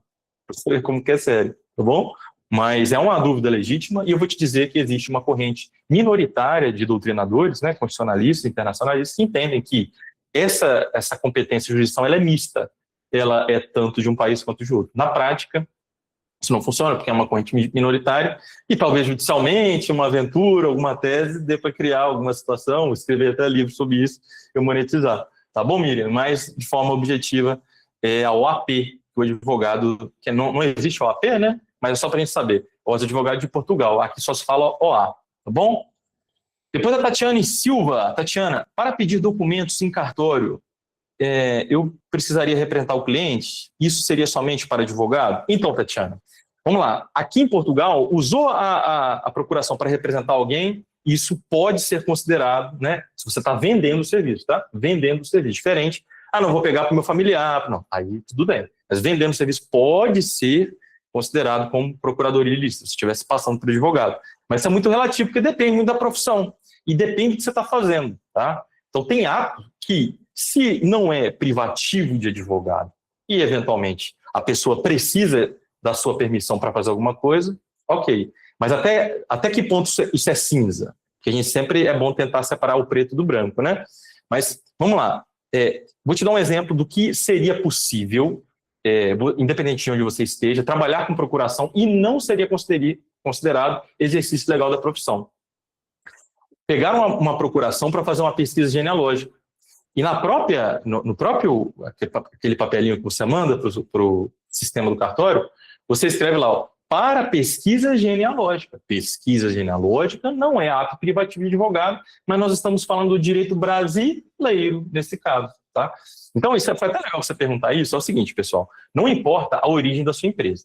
Se você tem uma empresa aqui em Portugal, né, para prestar serviço aqui em Portugal, joia, mas talvez você possa prestar serviço no Brasil. Ou você pode abrir duas empresas, do Brasil, o tributo no Brasil, de Portugal a Portugal, e você tem que conversar com o contabilista, ver o que é melhor para você. E nós já estamos falando de uma estrutura mais avançada. Mas, assim, quem está no comecinho, você vai fazer esses trabalhos fora, você sempre tem que ver a legislação do local onde você vai praticar o ato, ok? Então, o cartório é do Brasil, o seu escritório, vamos supor que seja aqui em Portugal, mas o que você vai fazer é lá no Brasil? É lá no Brasil? Mesmo que seja online, né? Então você tem que ver qual é a regra do Brasil. E para a regra do Brasil, você usar esse tipo de certidão para fazer pesquisa genealógica, né? Fazer uma procuração pública, inclusive, não teria problema nenhum, tá bom? Não seria crime. Por quê? Porque um genealogista precisaria dessa procuração pública para que alguns cartórios, alguns não exigem, né? Mas para que alguns cartórios, né, venham ali a emitir a certidão de casamento, de nascimento. Aí tem os tipos de certidões, né? Então tem um monte de coisinha por aí para a gente conversar. Tá? Em relação à primeira atividade avaliativa, ainda não fiz, só entreguei o artigo em abril. Tudo bem? Tudo bem, sem problema. Até um dia antes da última live pode entregar, tá bom, Ariana? Depois, quais serviços posso fazer da Irlanda como paralegal? Se você abrir a sua empresa aqui, você pode fazer os serviços online, né, dentro daqueles que eu orientei, desde que você consiga fazer de forma remota, e abra atividade, etc., e tribute aqui. Mas se você abrir a sua empresa na Irlanda e tiver alguma circunstância que você preste serviço para algum escritório aqui de Portugal, nem precisa abrir uma empresa aqui, tá? Um exemplo, né? André, Andréia Bida, onde fica o jurista licenciado em Direito na zona cinzenta que pode e não pode? Então, vamos lá. Quem é só licenciado em Direito aqui em Portugal, as últimas alterações da lei permitiram que esse licenciado praticassem alguns dos atos que antes eram privativos de advogado, ok? Então, exemplo, a pessoa se formou aqui em Portugal, mas ela, infelizmente, não conseguiu passar na ordem, né? Ordem é difícil em tudo quanto é lugar do mundo, tá, pessoal? E tem país, né, diga-se de passagem, se você não passar em algumas tentativas, você não pode tentar nunca mais. Olha que doido, já pensou? E quem fez aqui a prova de carro? Fala para mim quem fez aí 5, 6, 7 vezes. Eu conheço a pessoa que fez mais de 20, eu passei de segunda, tá? Minha esposa passou de primeira. Não, mentira, passei em terceira. Minha esposa passou de primeira. Mas eu conheço gente que já tentou mais de 20. Aí você imagina, você tentou 3, não conseguiu, nunca mais você pode pilotar um carro, nunca mais pode andar de moto. Já pensou? Então, tem alguns países que têm essas leis mais rigorosas, né? Quanto à questão da ordem. Aqui em Portugal e no Brasil não são esses casos, mas, infelizmente, tem pessoas que não passam, apesar do índice de aprovação ser muito superior aqui em Portugal. No Brasil, a gente beira ali 5%, eu nem estou acompanhando mais, mas é uma fatia muito pequena, é a prova mais difícil do Brasil. Aqui em Portugal não é isso tudo, não. Salvo me engano, estava com coisa de 40%, tem que ver lá. Mas, ainda assim, é muito difícil. A lei é mais simples, é tudo mais concatenado, porque não tem federalismo, mas tem também os seus desafios, principalmente no que se refere, né, aos regulamentos da União Europeia, do espaço comum europeu, espaço Schengen, então acaba sendo até um pouco similar nesse sentido. E mudam-se muito as leis aqui em Portugal, né? Muito. Igual a troca de roupa, né? Igual no Brasil. Então é desafiador. E aí essa pessoa que não passou na prova, ela sim teria alguns atos que ela poderia ali fazer. Nomeadamente, a própria consulta, se estivesse ali em uma situação mais específica, poderia ser sim. A gente poderia ter essa possibilidade da pessoa realizar. Depois a gente pode, né, elencar isso de forma mais específica, tá bom, André? Eu vou abrir depois lá no grupo, né, algum espaço para a gente fazer uma discussão mais completa, eu envio áudios e vou respondendo ali, para a gente não precisar fazer tudo ao vivo e dar oportunidade para todos perguntarem, tá? Mas respondendo objetivamente, né, o licenciado em Direito, ele seria, sim, jurista. E diga-se de passagem, né, a AIMA hoje, algumas das respostas, quem faz é um licenciado em Direito, tá? O que defende a AIMA não é um advogado, mas claro que ele faz parte do escritório de advocacia.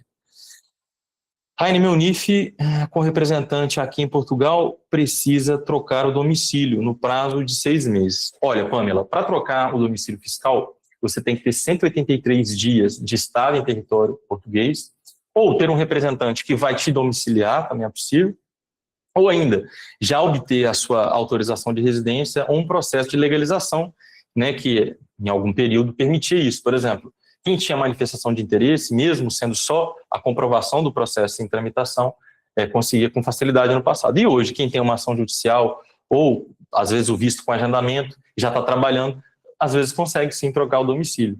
Tem um vídeo no meu canal gratuito, com tutorial e tudo, e depois, muitos desses vídeos eu vou até colocar na plataforma depois, para ajudar vocês, né, a fazer esses primeiros passos e tal, e abrir ali para vocês tirarem as dúvidas de eventuais dificuldades que tenham no momento de tentar fazer algum serviço, tá bom?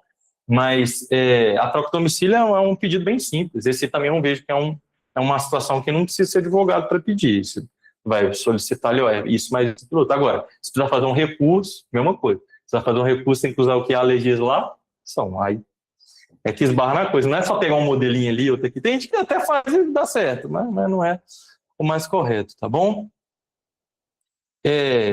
Níquel tem IBAN português, ótimo. Se conseguir pela Níquel, aquele banco, Rita, já ajuda para abrir atividade. Aí eu vou dar uma acelerada aqui, ó. Tem bastante pergunta. Para não ser injusto, pessoal, já deu quanto tempo de live aqui? Já deu 8. Eu falei até 2 horas de live, não foi? 8h30, 9h30, 10h30. A gente tem 20 minutinhos ainda. Deixa eu ver se eu consigo responder aqui todo mundo. Tá.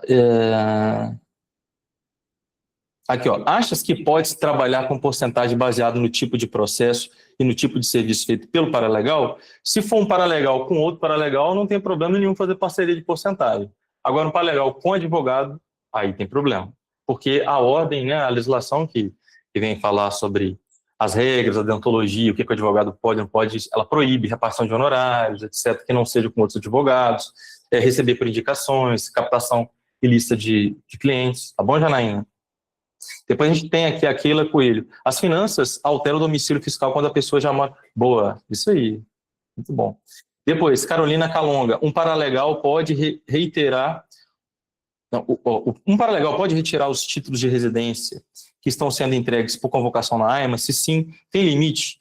Quantos podem levantar por dia? Olha, eu acredito que a AIMA, justamente por essa questão, essa vivência mais com juristas, eu não sei se ela vai querer entregar para quem não é advogado, se não for familiar.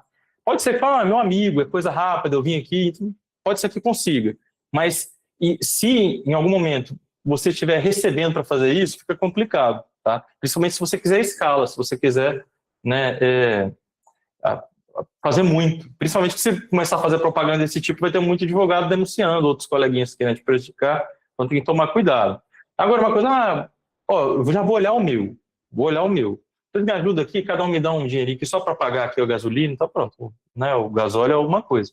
Não, paga. É porque eu já vi alguns contratos, as pessoas dizendo assim, paralegais, né, despachantes, dizendo assim, então aviltados os meus honorários, isso seria impossível. Quer dizer, então, tem que tomar cuidado. Gente, o segredo da vida, desse trabalho, é a forma como se fala, tá bom? Esse aqui eu acho que é a chave de ouro dessa aula. Tudo é a forma que se fala. É as palavras que você escolhe e como você as encaixa. Por quê? Porque existe um princípio muito interessante no direito, que é o princípio, né, da obrigatoriedade do direito público, né, que ele fala o seguinte: tudo que é público só pode fazer aquilo que está previsto em lei. E tudo que é privado pode fazer tudo aquilo que não seja proibido por lei. E isso é uma vantagem muito grande, você não acha, não? Então, você no seu ministério privado, se a lei não proíbe, você pode fazer muita coisa. Se ela proíbe de um jeito, e você arrumou um outro de fazer, que não é um jeitinho, né, que é de fato ali, não, isso aqui é separado, realmente é diferente, pronto.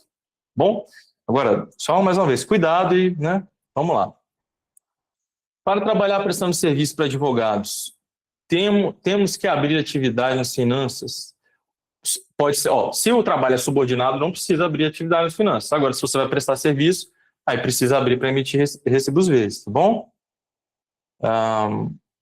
O Andrade fez uma pergunta interessante. Doutor, precisa ter atividade específica? A atividade que, quando você vai abrir atividade, ou vai abrir uma empresa, ou empresa na hora, ou enfim, vai escolher outra forma de abrir, você precisa falar qual é o CAI. E todo aquele CAI que é relacionado a serviço administrativo, você pode usar, tá bom? Então, serviços administrativos de apoio empresarial, de assessoria empresarial, pode. Serviços de apoio documental a escritório, pode. Então, você vai ver qual CAI, né? No nosso módulo vai ter também uns links para você dar uma olhadinha, e entrar lá no site oficial do governo, olhar quais os CAIs, eu quero esse. Você pode escolher alguns, você tem um principal, né, e depois os secundários, tá bom? É bem parecido com o que acontece no Brasil. Deixa eu dar uma olhadinha aqui agora, aqui no Instagram. Minha filha mora em Portugal, pode pedir NIF, já respondi. Sobre o NIF, já respondi. Depois aqui, qual o enquadramento do CAI? Olha que legal, a mesma coisa que eu tinha falado aqui. Para prestador de serviço para legal assistente jurídico.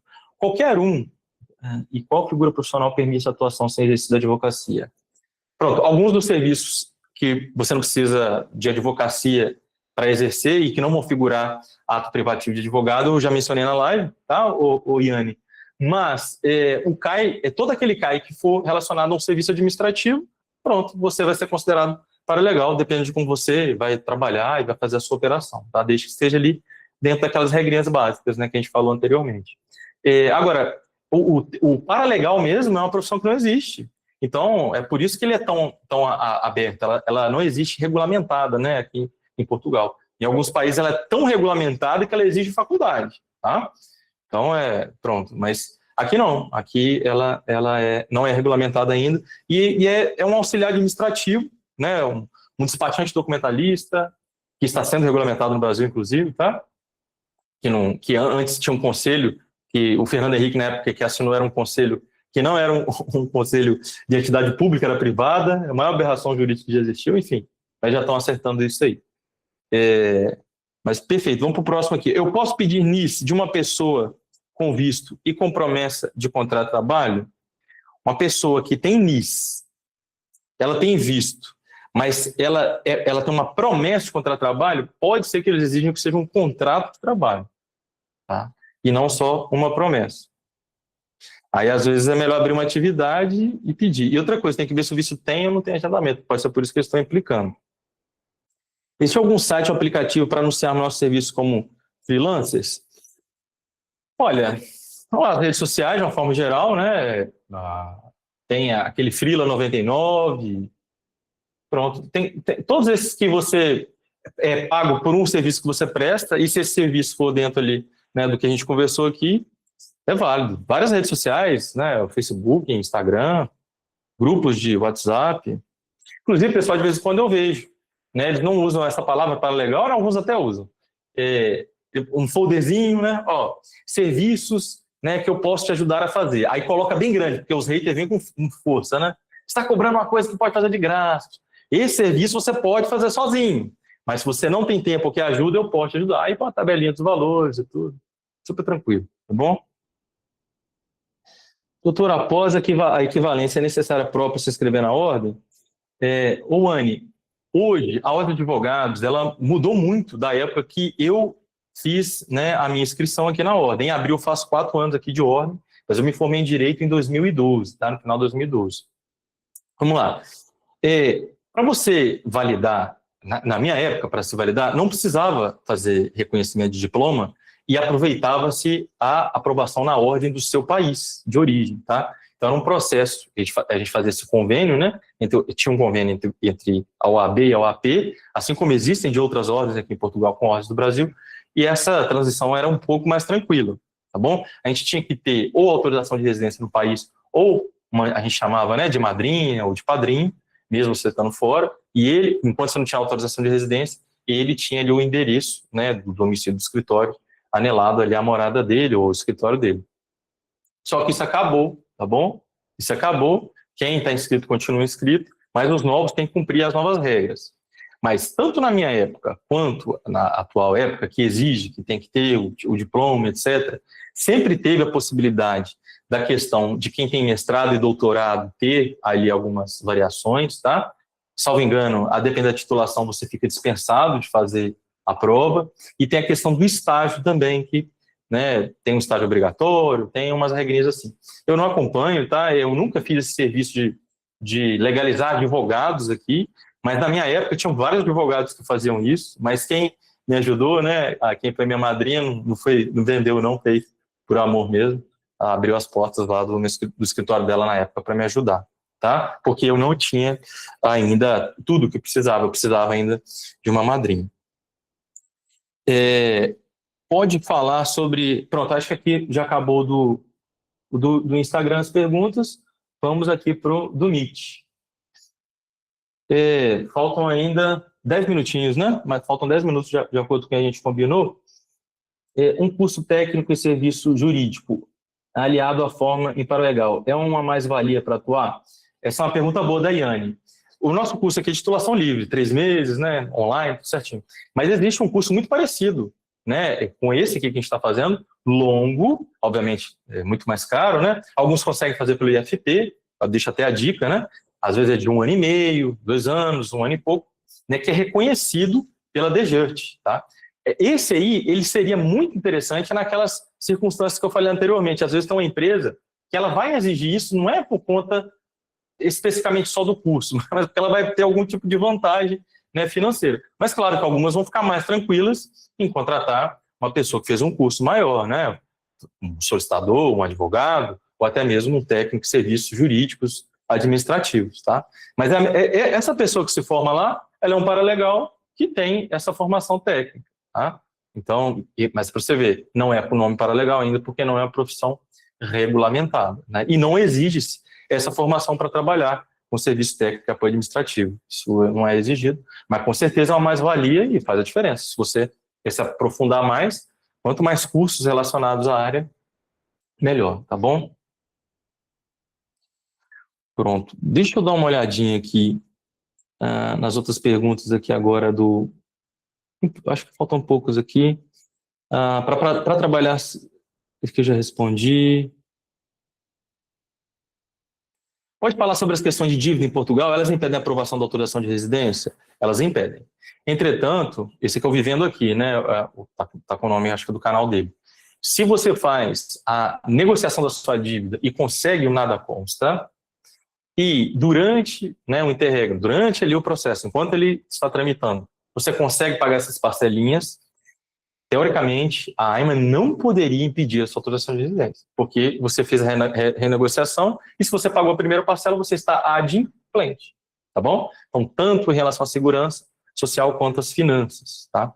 Então, e que é um documento que hoje é muito mais exigido do que foi exigido em outro momento da AIMA, que é o nada consta das finanças da segurança social. Ok? Como paralegal, posso ser representante fiscal ou fazer procuração? Já respondi essa. Orientar e informar. Isso aqui eu não entendi. Pronto, pessoal. Vamos... A voz já está falhando aqui. Aqui, ó, tem gente aqui dando dica, conversando. Essa interação aqui é muito bacana. Vou fazer o seguinte. Eu vejo que faltaram ainda algumas perguntas. Já tem gente aí abrindo a boquinha, já deve estar enjoado, né, de mim. Será que se eu sair da aula eu vou tomar falta? Não vai tomar falta não, pessoal, tá tudo certo. Mas antes de finalizar aqui, eu vou fazer uma dinâmica com vocês lá no grupo, igual eu sempre faço, né? Abro enquete, mando um áudio, porque eu quero que seja um curso diferente, né? Eu não sei aqui se já compraram os cursos online, mas que é uma coisa assim muito largada, eu tento fazer mais aproximadinho, tentar fazer todo mundo, vamos andar junto, vamos fazer assim. E como é muita coisa para a gente ver em 3 meses, eu passo as noções básicas, né, de acordo com o curso de titulação livre, mas que eu tenho certeza que vai fazer diferença na vida de vocês. E tem muita coisa que eu falei aqui que é de muito valor. Vocês podem ter certeza que só essa aula aqui já valeria muita coisa. Lembrando que, agora, quem ficou para o final, né, e quem vai assistir depois, todo mundo que participar do nosso evento presencial aqui no Porto vai ganhar um livro daquele ali, ó. É um livro muito bacana, onde tem várias dicas diárias. Você faz a leitura de um provérbios, né, da Bíblia, um provérbio, depois tem a reflexão e uma atividade. Vai te ajudar a empreender, sabe? É uma atividade que você vai fazendo, é muito legal. Então todo mundo vai ganhar, que for presencialmente, e todo mundo que terminou o curso, fez tudo direitinho, vai receber o certificado online, ok? Mas o certificado físico é só para quem vier presencialmente, tá bom? Também, eu ainda preciso definir quantas pessoas vão ter interesse de participar desse evento presencial, né, para receber o livro e tudo, a gente fazer esse evento ali. Vai ter algumas palestras, vai ser muito legal. E é um momento da gente fazer uma filmagem, a foto de vocês, para vocês usarem nas redes sociais de vocês, né? Para validar ainda mais ali a experiência e o trabalho de vocês, tá bom? Então, eu tenho que confirmar quantos vão para a gente ver aonde vai fazer e como vai fazer, quantos familiares querem levar. A gente vai fazer uma lista direitinho, não pode furar, tá? Tem que ser certinho para a gente fazer essa reunião aí, que vai acontecer depois da última aula, que a gente vai conversar mais sobre isso e a gente vai se comunicando, tá bom? Então, vou ver aqui de acordo com quem tem vindo mais, né? Quem não está vindo, qual a porcentagem de pessoas que estão fazendo o curso direitinho, tá? Mas esse é um recado que eu queria dar. E queria falar, olha, muito obrigado a todos vocês aqui, ó. Tem 82 aqui no Meet, tem 28 aqui no Instagram, né? Que ficaram aqui até o final. Porque muitos falam assim, quer saber, vou dormir, vou tomar meu vinhozinho, eu tô tomando só água hoje, ó, vou tomar meu vinhozinho. Para quê? Para depois eu assisto, coloco em 2 vezes, coloco uma vez, o Heineken que dá uma acelerada, ele empolga. Você sabe, gente, eu amo dar aula. Dei aula em faculdade, muitos anos, eu gostava muito, né, de lecionar. Dei aula de luta em projeto social. Então, para mim, isso aqui é muito gostoso. Se deixar, eu vou virando a noite aqui, mas vamos encerrar. Próxima live, de acordo com o cronograma, tá bom? Um abração aqui, ó. Deixa eu para não ser injusto aqui, todo mundo está despedindo aqui, ó. Obrigado aqui a Adriana, Suzana, Tatiane, Carla, Joane, Érica, Marta, Lailton, Daniele, Emília, Anderson, Aqui mais quem está aqui no YouTube, ó. Eu vou, a Melissa falou que vai ao nosso evento. Aqui, ó, a nutricionista Graziela, a Risa Munduruca, a Cristiane, a Garcia, Daiane, todo mundo aqui, ó. Jami, a Cris, aí, ó, todo mundo. Tem gente aqui, pessoal, tem carinhas aqui que foram clientes do escritório, né? Estão aqui. Tem alguns que já me retratam, olha, eu já vi já umas coisas do modo e já fiz o meu primeiro serviço. Aí eu fico, meu Deus, espera, termina tudo direitinho para ter os modelos de contrato, né? Vou devagar. Tá bom, pessoal? Ó, um beijão para vocês. Deus abençoe o final de semana de vocês, seja cheio de luz, de muita prosperidade. Aproveita, né? Para descansar, porque eu sei que às vezes a semana é tão árdua, né? Que a gente merece esse tempinho com a nossa família, tá bom? E até mais.